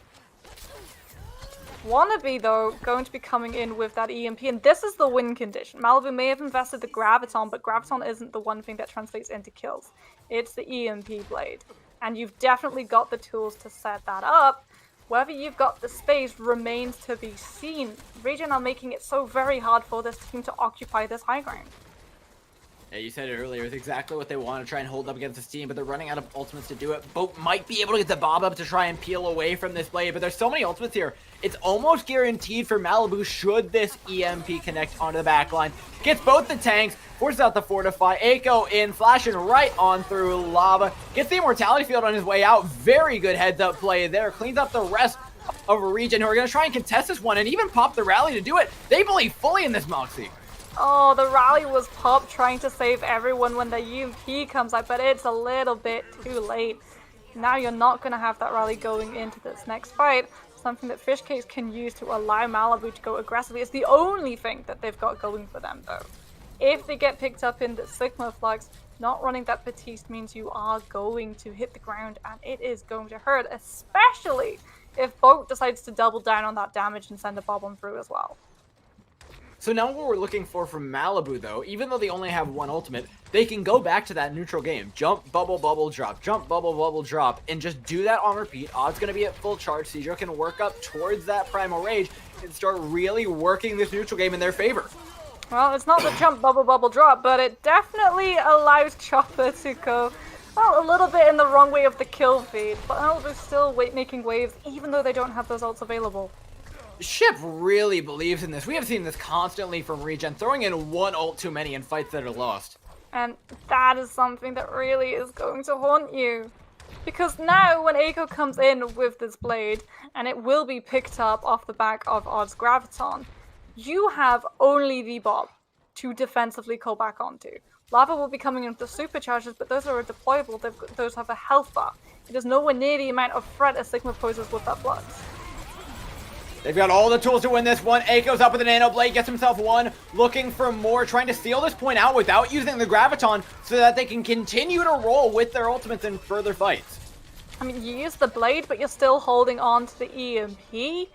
This is something that Regen are really going to have a hard time recovering from. The only way that they're going to be able to survive those two ultimates coming out is if CJ does not get caught in that Sombra's ultimate. Immortality Field is the one thing that you are going to have going for you. It doesn't matter if you've got a Blade. Your Genji is not going to be able to use it if he's stuck just sitting there with a Blade, not able to do anything. I love the aggression here from Malibu, but Wannabe is not quite in position. There it is, finally the EMP dropped. They called everybody, it caught CJ as well, who does manage to get an Immortality Field out, just squeaking it through there, but it didn't keep much of anything alive here as Regen push back through and win the fight regardless of the EMP. EMP comes out, but it's the Primal Rage that's committed after, because Regen were actually playing very split, very fragmented. If the Graviton had come through, it would have got one, maximum of two, but that would have been as much of an impact. Now Malibu are left holding onto this Graviton until Aiko hits that Blade. They could look to follow up on the damage, but no, they throw it in right here, right now. Did the Immortality get filled? No! It's still out! It's keeping everyone alive. They didn't wait patiently, and they're gonna punish so bad for it. You've got to be patient when you're running that Graviton. Aiko is about to hit that Blade as well, though. That is salt in the wounds. And it's going to signify a swap odd going onto the Sigma. And Citro's got to, there we go, off the Winston. Trying to run Zarya Winston into point C where you've got a ceiling, where you're walking into a spam damage composition, your mobility is already significantly lowered, and you're just feeding yourselves right into the ultimate bars. They feed themselves straight into, oh, Chopper! Taking a nap. In comes Aiko with an Nano Blade of his own. Can't even clean up the kill. Does manage to eventually there as Regen find themselves back in spawn after Malibu pull off a very smooth compositional swap. But Regen, because Malibu pulled out a compositional swap, will be ahead in every single ultimate charge. In fact, Chip's already got the Sigma Flux. This is the thing that Regen can put all of their hopes on. With only 25 seconds left, if Malibu lose this fight, they are not going to be able to get a second recontest. They won't stand much of a chance here, but a halt in Riveted Flux makes it even worse. Those ultimates you were talking about matter so much, Moxie. Yeah, you can see Chopper just going for the throat of the Ash, who's given up. All of Malibu understand you're not going to be able to get back onto that point in time. You've just got to accept your defeat. It doesn't matter who you swap onto. No one can teleport cleanly from your spawn room to that payload in time. And now we're in the same exact spot that we were on Hollywood. A very respectable push from Malibu, but it's winnable for Regen is the thing. And we've seen many people get here. This is a weird thing that's been happening on Route 66 lately. Likely, in these matches, we either see teams get stopped full stop on point A, or it goes all the way to C and every meter matters. It's been back and forth between those two, but if Regen can make it past A, B has been relatively easy for teams to take over, and they've been doing a good job of doing so. I think their ultimate game has really stepped up since map 1. That was the one thing that we were harping on. Regen, I think, stand a really good chance at this. The one thing that I think Regen are still a little bit lacking when it comes to that ultimate game, though, rests on Ship shoulders. This Sigma has been very enthusiastic and optimistic, let's be honest, with these Sigma Fluxes. He puts them in far too early or far too late a fight stage, and they just don't have an impact. But Regen are still able to turn that into their favor. Even though they're lacking that ultimate, they're still able to power through a lot of these fights. And, more importantly, they figured out the dive. This was the thing that this team could not handle on that first map in Oasis. Every single time that dive came through, it was finding value. It was finding a kill because CJ was just dominantly, so determinedly not putting in those immortality fields. But they've cracked it! They've figured it out! And so they're finding so much value, and that means that Malibu are left at an absolute standstill right now. They're losing on the mirror matchup. They're losing when they go for that dive composition. What do you do on your defense? I mean, I don't consider that a loss whenever you're playing the dive, though. You made it most of the way through map. This is a notoriously difficult map to finish. I genuinely think of this one as dead even right now. I think we see both teams lock in double shield. I think Malibu are done running the dive on defense, unless they want to prove me wrong and show us another redo of Volskaya, which I would be very, very scared of them actually attempting. We'll see here in a couple of seconds what they end up going with, but I'm hoping for the double shield. No, they're still on this dive, Moxie. Again, if they can get the ultimates up, then you know what, props to them. They'll be able to roll it, but it's going to be extremely difficult to do so now that Regen have found the aggression they need. I mean, it's all going to be determined, this defense. It hangs on that first fight. If Malibu are able to win that, then they are ahead in the ultimates. They'll be able to hit those ultimates that they need to guarantee themselves a fight win, and then another fight win, and another fight win after that. But we also know that Regen are having a much better time of dealing with this dive.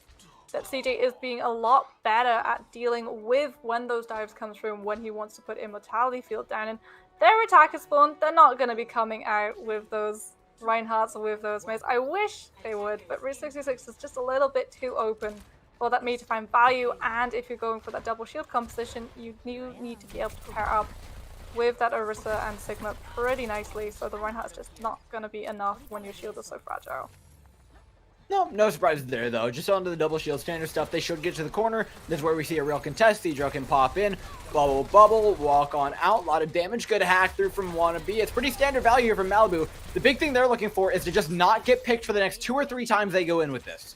Wannabe just wants to build up to the EMP as quickly as possible. Malibu, remember, if they take damage, if they're able to get back safely to Ultraviolet, you will be seeing a Nano Boost coming online any second, but that is not safely back to your support, Seadro. How many times are we going to see him die first in fights, Moxie? That's the worst thing for the dive, because now, who's soaking up the damage? Who's soaking up the attention? And you can see Wannabe, Eiko, the backline, they're all in retreat. They're all being caught out. There's nothing that this dive composition can do without that Winston. Seadro is consistently being picked off and underestimating the damage of Regen. He's got to be the decoy. He's got to be alive. Ultraviolet will be coming in with the Nano Boost, but those aren't the ultimates Malibu wants online right now. The ultimates they need to manage to win a single fight is EMP, Graviton, and Blade, and they just do not have access to them because that DPS lineup, when the Winston isn't there to take the attention away, can't go aggressive, can't go for the attacks, can't build their ultimates in line fast enough.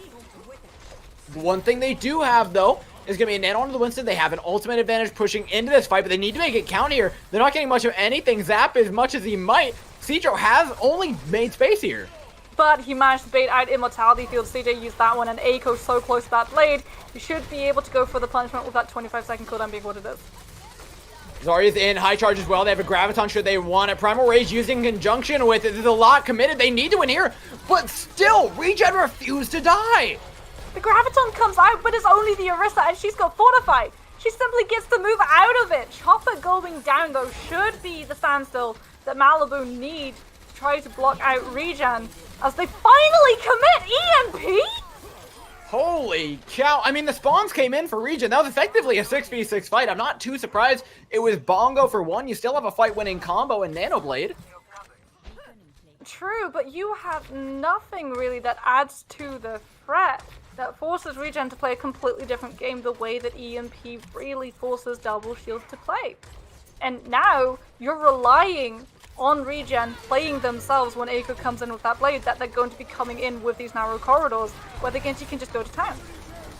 Remember though, given enough time, they're going to have a Graviton online. It's all about surviving this initial onslaught from Regen, that which they did not manage to do. Odd goes down. Eiko has to find a big Blade, gets himself not much of anything. Seadro instead is a man cleaning things up on the Winston. Great shots by Eiko though.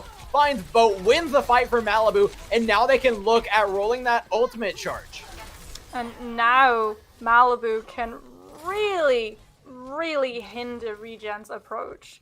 When you've got that Primal Rage, you can go and you can buy yourself all of the time in the world. And remember, not only do you allow the time to just drain away, you're also giving Ultraviolet access to a massively increased health bar of a monkey that should then be able to bolster your nano charge to keep pace with Eiko. And Cedra's doing a significantly better job here on this point, staying alive, popping Primal in the small room here. The Genji dropping pretty low. Boat in a world of hurt right now on the Sombra. Still doing a great job. Malibu still have the high ground. They still have the position. They're taking down players one by one, picking this double shield apart piece by piece. Primal Rage, because it was in that side room, because you can just get juggled to eternity and back, actually forced CJ to use Immortality Field. And that means you can't save the team when you're trying to disengage. And Wannabe's been able to build up an EMP before Eiko actually hits that blade. Now Malibu will have access to those trio of ultimates that we've seen them trot out time and time again to win themselves fights. Even Amplification Matrix gets dropped just to allow Regen to get safely through the tunnel, but all Malibu do is disengage and wait it out. Yeah, we can start pushing this cart. They're probably going to go back to the same choke though here in a moment, as Wannabe's EMP is lined up and ready to go onto this high ground. Blade dropped in from Chopper, looking for value. Immediately EMP'd and conked away. Nothing he can do to help his team now as Eiko takes down Magic 8 Ball, looking for the Orisa drop down to half HP, but the rest of them are falling. Ultraviolet gets traded out though. No main heals left here for Malibu, but the rest of the team's already gone. They've got the aggression, they've got the full health bars. It doesn't matter if they're missing that main support, and they kept a hold of the Graviton. You've got nothing to combine it with, but that's honestly working in your favor. You chop on a nano boost either onto Wannabe or Eiko, you manage to get everyone caught in a grav, and you just go to town with your primary fire, and you've got an ultimate bolt up in seconds. Yeah, it's such a big threat, especially with the nano on Winston thrown on top of it. Things are about to get real rough here for Regen. They still aren't up to that EMP yet. Look for the right opportunity to throw in the Graviton. Do they even have to, though? Cedro's got a Primal. He locked the supports in the back room here. Nice little hippity hop from Odd. Gets himself up for the Graviton. What a beautiful Zarya play. But they're able to manage to translate it into kills as well. They had to. Ultraviolet went down in that fight. Chopper has become so adept at infiltrating the backline, at taking the Ana out before these engagements. And that's something that this Genji is going to have to do again. Because Malibu had to invest heavily to make up for that Ana's absence. They are lacking ultimates. They are lacking any threat to keep Regen away. But with 30 seconds on the clock, they only need to win a single fight. If they can finish it before Regen are able to close the distance, before Boat's able to set up the CMP, we are going to be seeing Malibu take us to match point. We've seen this happen before. The fights end early in favor of Malibu. This is not guaranteed for Regen quite yet. Look at the space they're giving them. They're just going to allow them to use as many ultimates as they want. They're just waiting for that overtime, honestly. Eiko's gonna what a hack. The blade, but Chopper my denied God. access to his! And the EMP gets no value from Boat. Catches barely anything. Now it's Wannabe's turn. Eiko cleans up with a blade. Malibu is looking to end it right here, right now. Send us over to another map at match point. Oh my goodness. We said it wasn't set in stone. Even though Regen had access to those really powerful ultimates, in EMPs, it's about how many people you hit, especially in overtime, Jory. It had to have an impact. It was all that your team were relying on, but Chopper going down forces the EMP out far too early to make up for the absence of that blade. And Malibu, they just have to wait a couple more seconds. EMP comes out, they get to blade in, and Eiko finds so much more value. And that's the reason why Malibu get to send themselves to that match point as we head over to Ilios.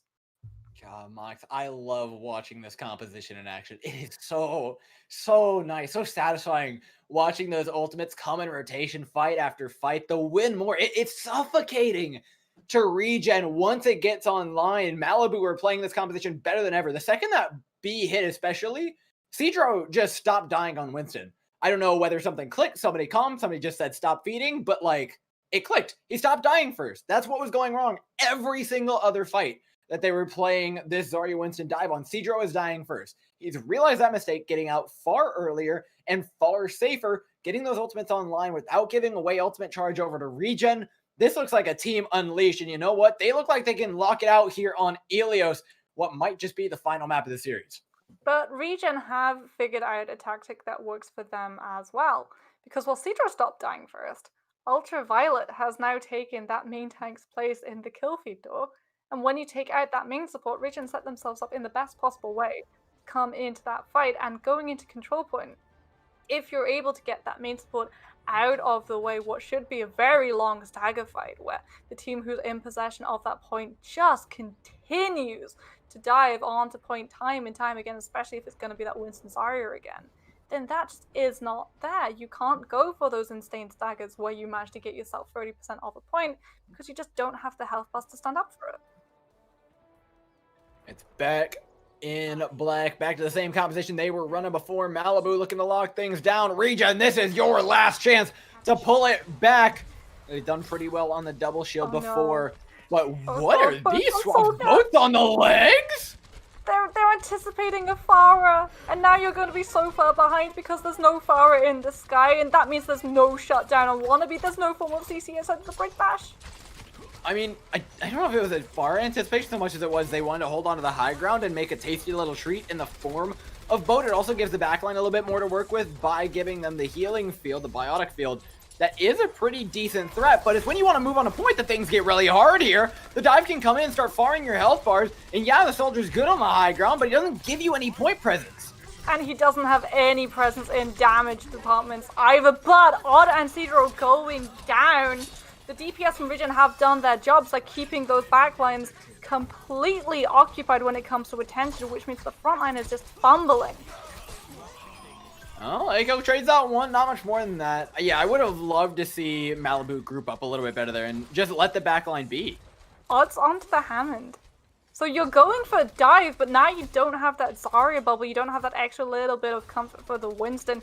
This all falls down to Ultraviolet to make up for that fact.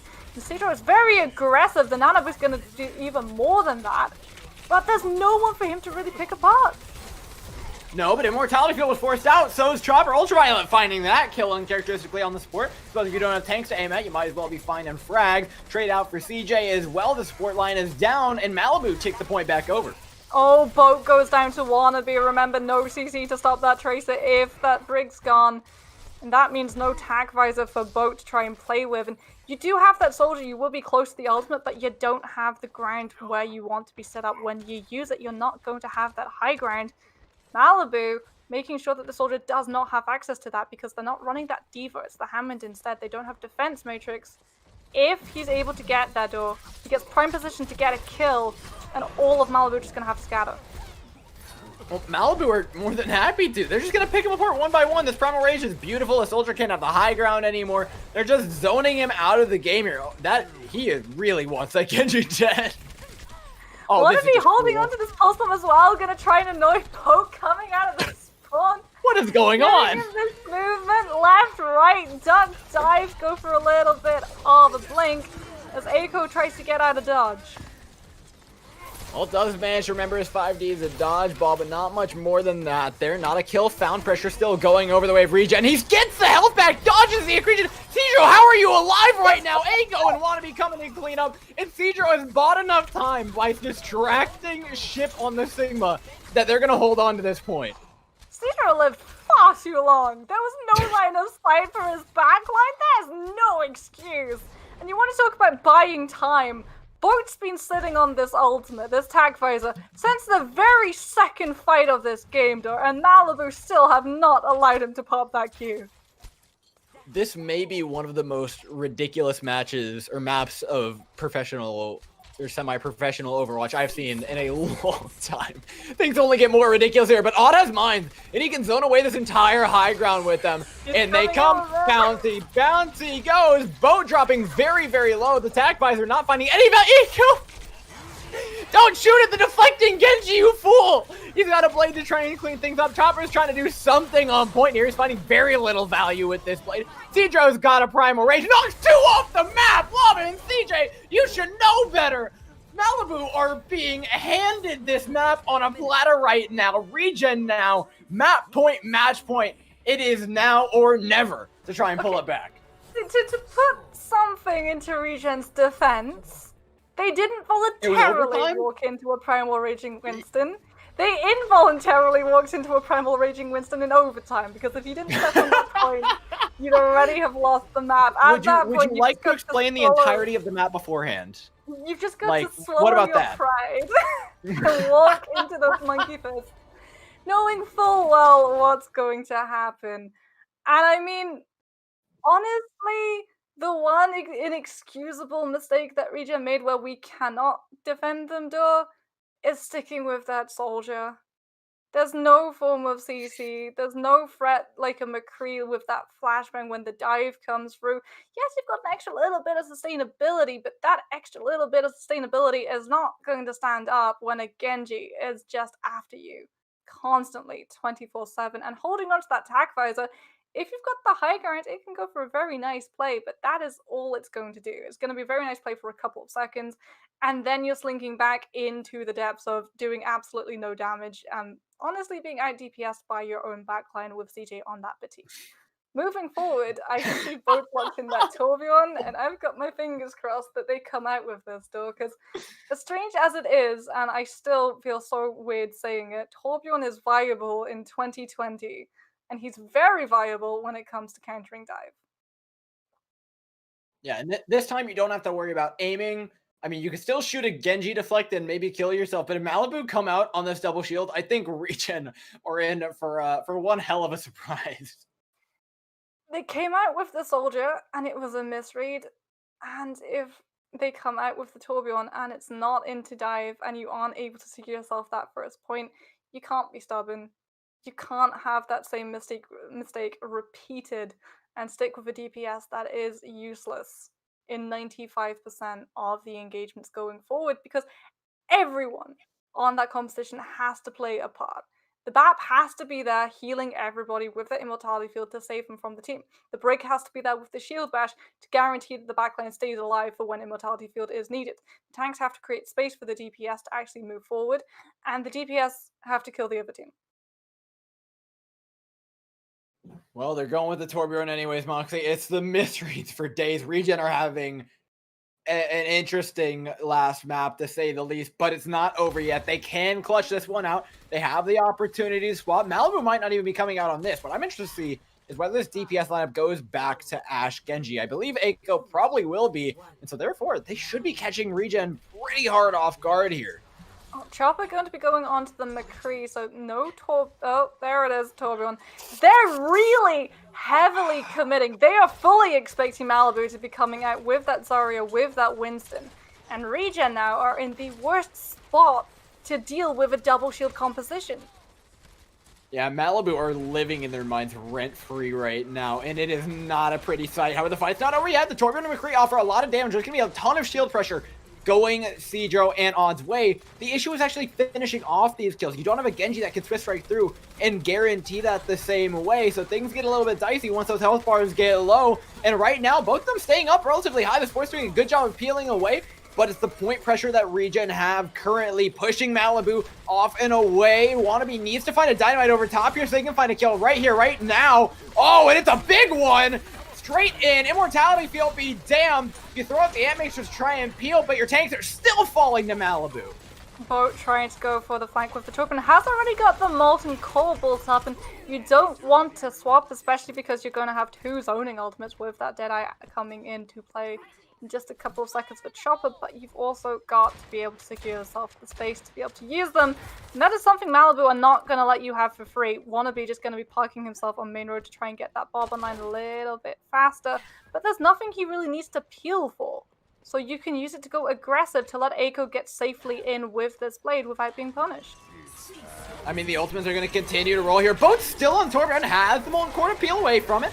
Dropping people nice and low, doesn't let the blade get in. But you've traded a good few ultimates away in favor of that. Use your only rally to start moving into the point here. The health bars are low, but the Gravitic Flux is real high. Down goes Magic 8-Ball, comboed with a Bob. Everybody's in the line of fire right about now as Malibu hold on to the point at 66%, Moxie.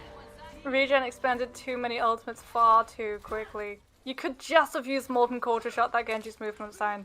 And now you have denied yourself ultimate economy. You're going to be denying yourself any chance really to build up to Blade and Bob, because it's going to be that final fight territory. Supercharges and Sigma Flux Amplification Matrix are all Regen have to work with, and they've got to win one of these fights if they want to be able to set Chopper and Boat to match wits with Eiko and Wannabe, who are already so far ahead in that race. It's going to be a rough one here, pushing straight into the Amplification Matrix. This might actually go all the way into overtime. They may have to push into this for a quick second. Good touch there by Chopper, just barely edging onto the point. Now it's their turn. Amplification Matrix of their own. Malibu have the option of just letting this one go and holding on to their ultimate charge. In fact, it looks like they will, letting Ship use this Gravitic Flux. Seals out the fight for Regen, but they have nothing else left in the tank. So much now is going to come down to whether or not Boat can hit this Bob. That is all that Regen are going to be able to put their hopes on when it comes to ultimate charges. Otherwise, it falls down to getting a first pick and spiraling a fight win off of that and that alone. Meanwhile, Malibu only have to win one more fight. They can afford to come in, take their time, have 6 circles colored in, and that's when they can make their move.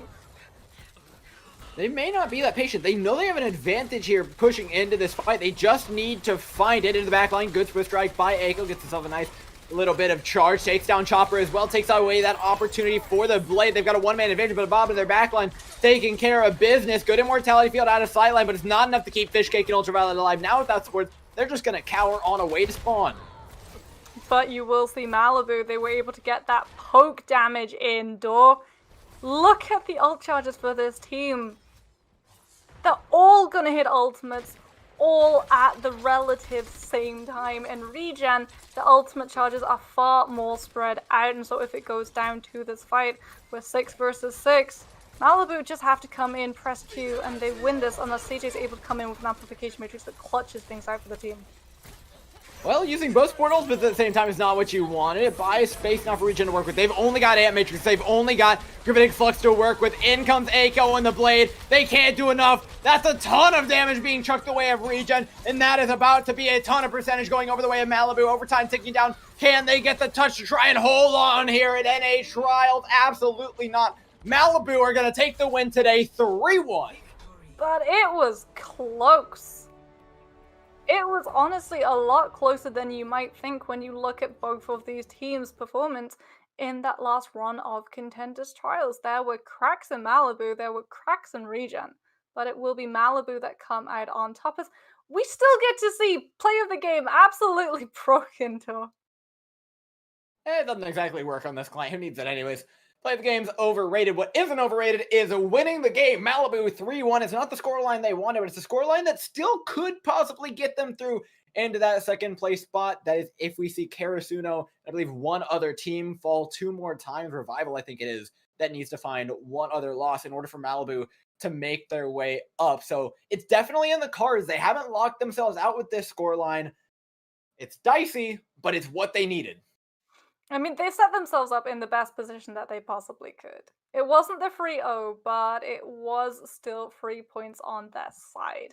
And going forward, if they run this Winston, if they run this Zarya, this is a gauntlet that some teams are really struggling to deal with. Though. You either know exactly how to counteract it, or you struggle and you're just not able to recover. Well, I got to give my props to Regen. They played fairly well. They managed to stabilize. You even felt like it was really dicey there on Route 66 for Malibu, which I think goes to show how much of a dent Regen were making. Unfortunately, though, just barely wasn't enough. I got to give them my commiserations. Heading over on the Malibu side, though, only high marks for these guys. I feel like they just got better and better as the series went on. Finally, on the defense for Route 66, that Zarya Winston dive clicked. And for me, my personal MVP of the series, it's not any specific player. It's whoever in comms told Cedro to stop dying on Winston. That was the only thing they needed to do. And then it was just free running from there. I mean, yeah, you need that Winston to be alive. It's very similar to that double shield composition. When a single member from that Winston and Zarya combination goes down, you are lacking damage, but Dive is always lacking damage. Mainly, you are lacking attention drawn away from the other members of your team. The Winston's that threat. The Winston's the big shiny decoy that the other side are meant to shoot, so your Ana can hit Nano Boost in a matter of seconds. And if you deny yourself the Winston, all of what your composition hinges on, all of your win conditions just completely evaporate. But you know what? I've got to agree with you. My MVP, it's whoever told Cedro to fix his positioning, because that was when we got to see Malibu come alive. And unfortunately for Regen, I feel like it would have been a lot closer. The one problem that these guys suffered from was that mentality coming out on that last map of Ilios twice Once They with got that Soldier, boomed. and then That on was that second rough. time in well, when you come out with a Torbjorn and a McCree because you're expecting the dive, you were setting yourself up, not for failure, but to be so far behind when it comes to that ultimate race. And doesn't matter which composition you're running up against, double shielding or dive, as soon as those ultimates come online, so too does the tempo of the fights. Yeah, I mean, it was a really close match. The final map, though, Malibu, where they were running circles around their heads. Such big brain composition swaps, too. They could have run the dive on well. It would have worked perfectly fine. But you know they had to be calling the compositional swaps. You know they knew exactly what kind of stuff Regen were going to be up to. And off of a beautiful composition swap, Malibu end up taking the series 3-1. Ladies and gents, that is all we have for today, but there's more Contenders trials yet to be played for North America. Tomorrow, we're going to wrap things up here. Same time, same place. You will not want to miss it. Thank you guys so much for watching tonight, though, and take it easy.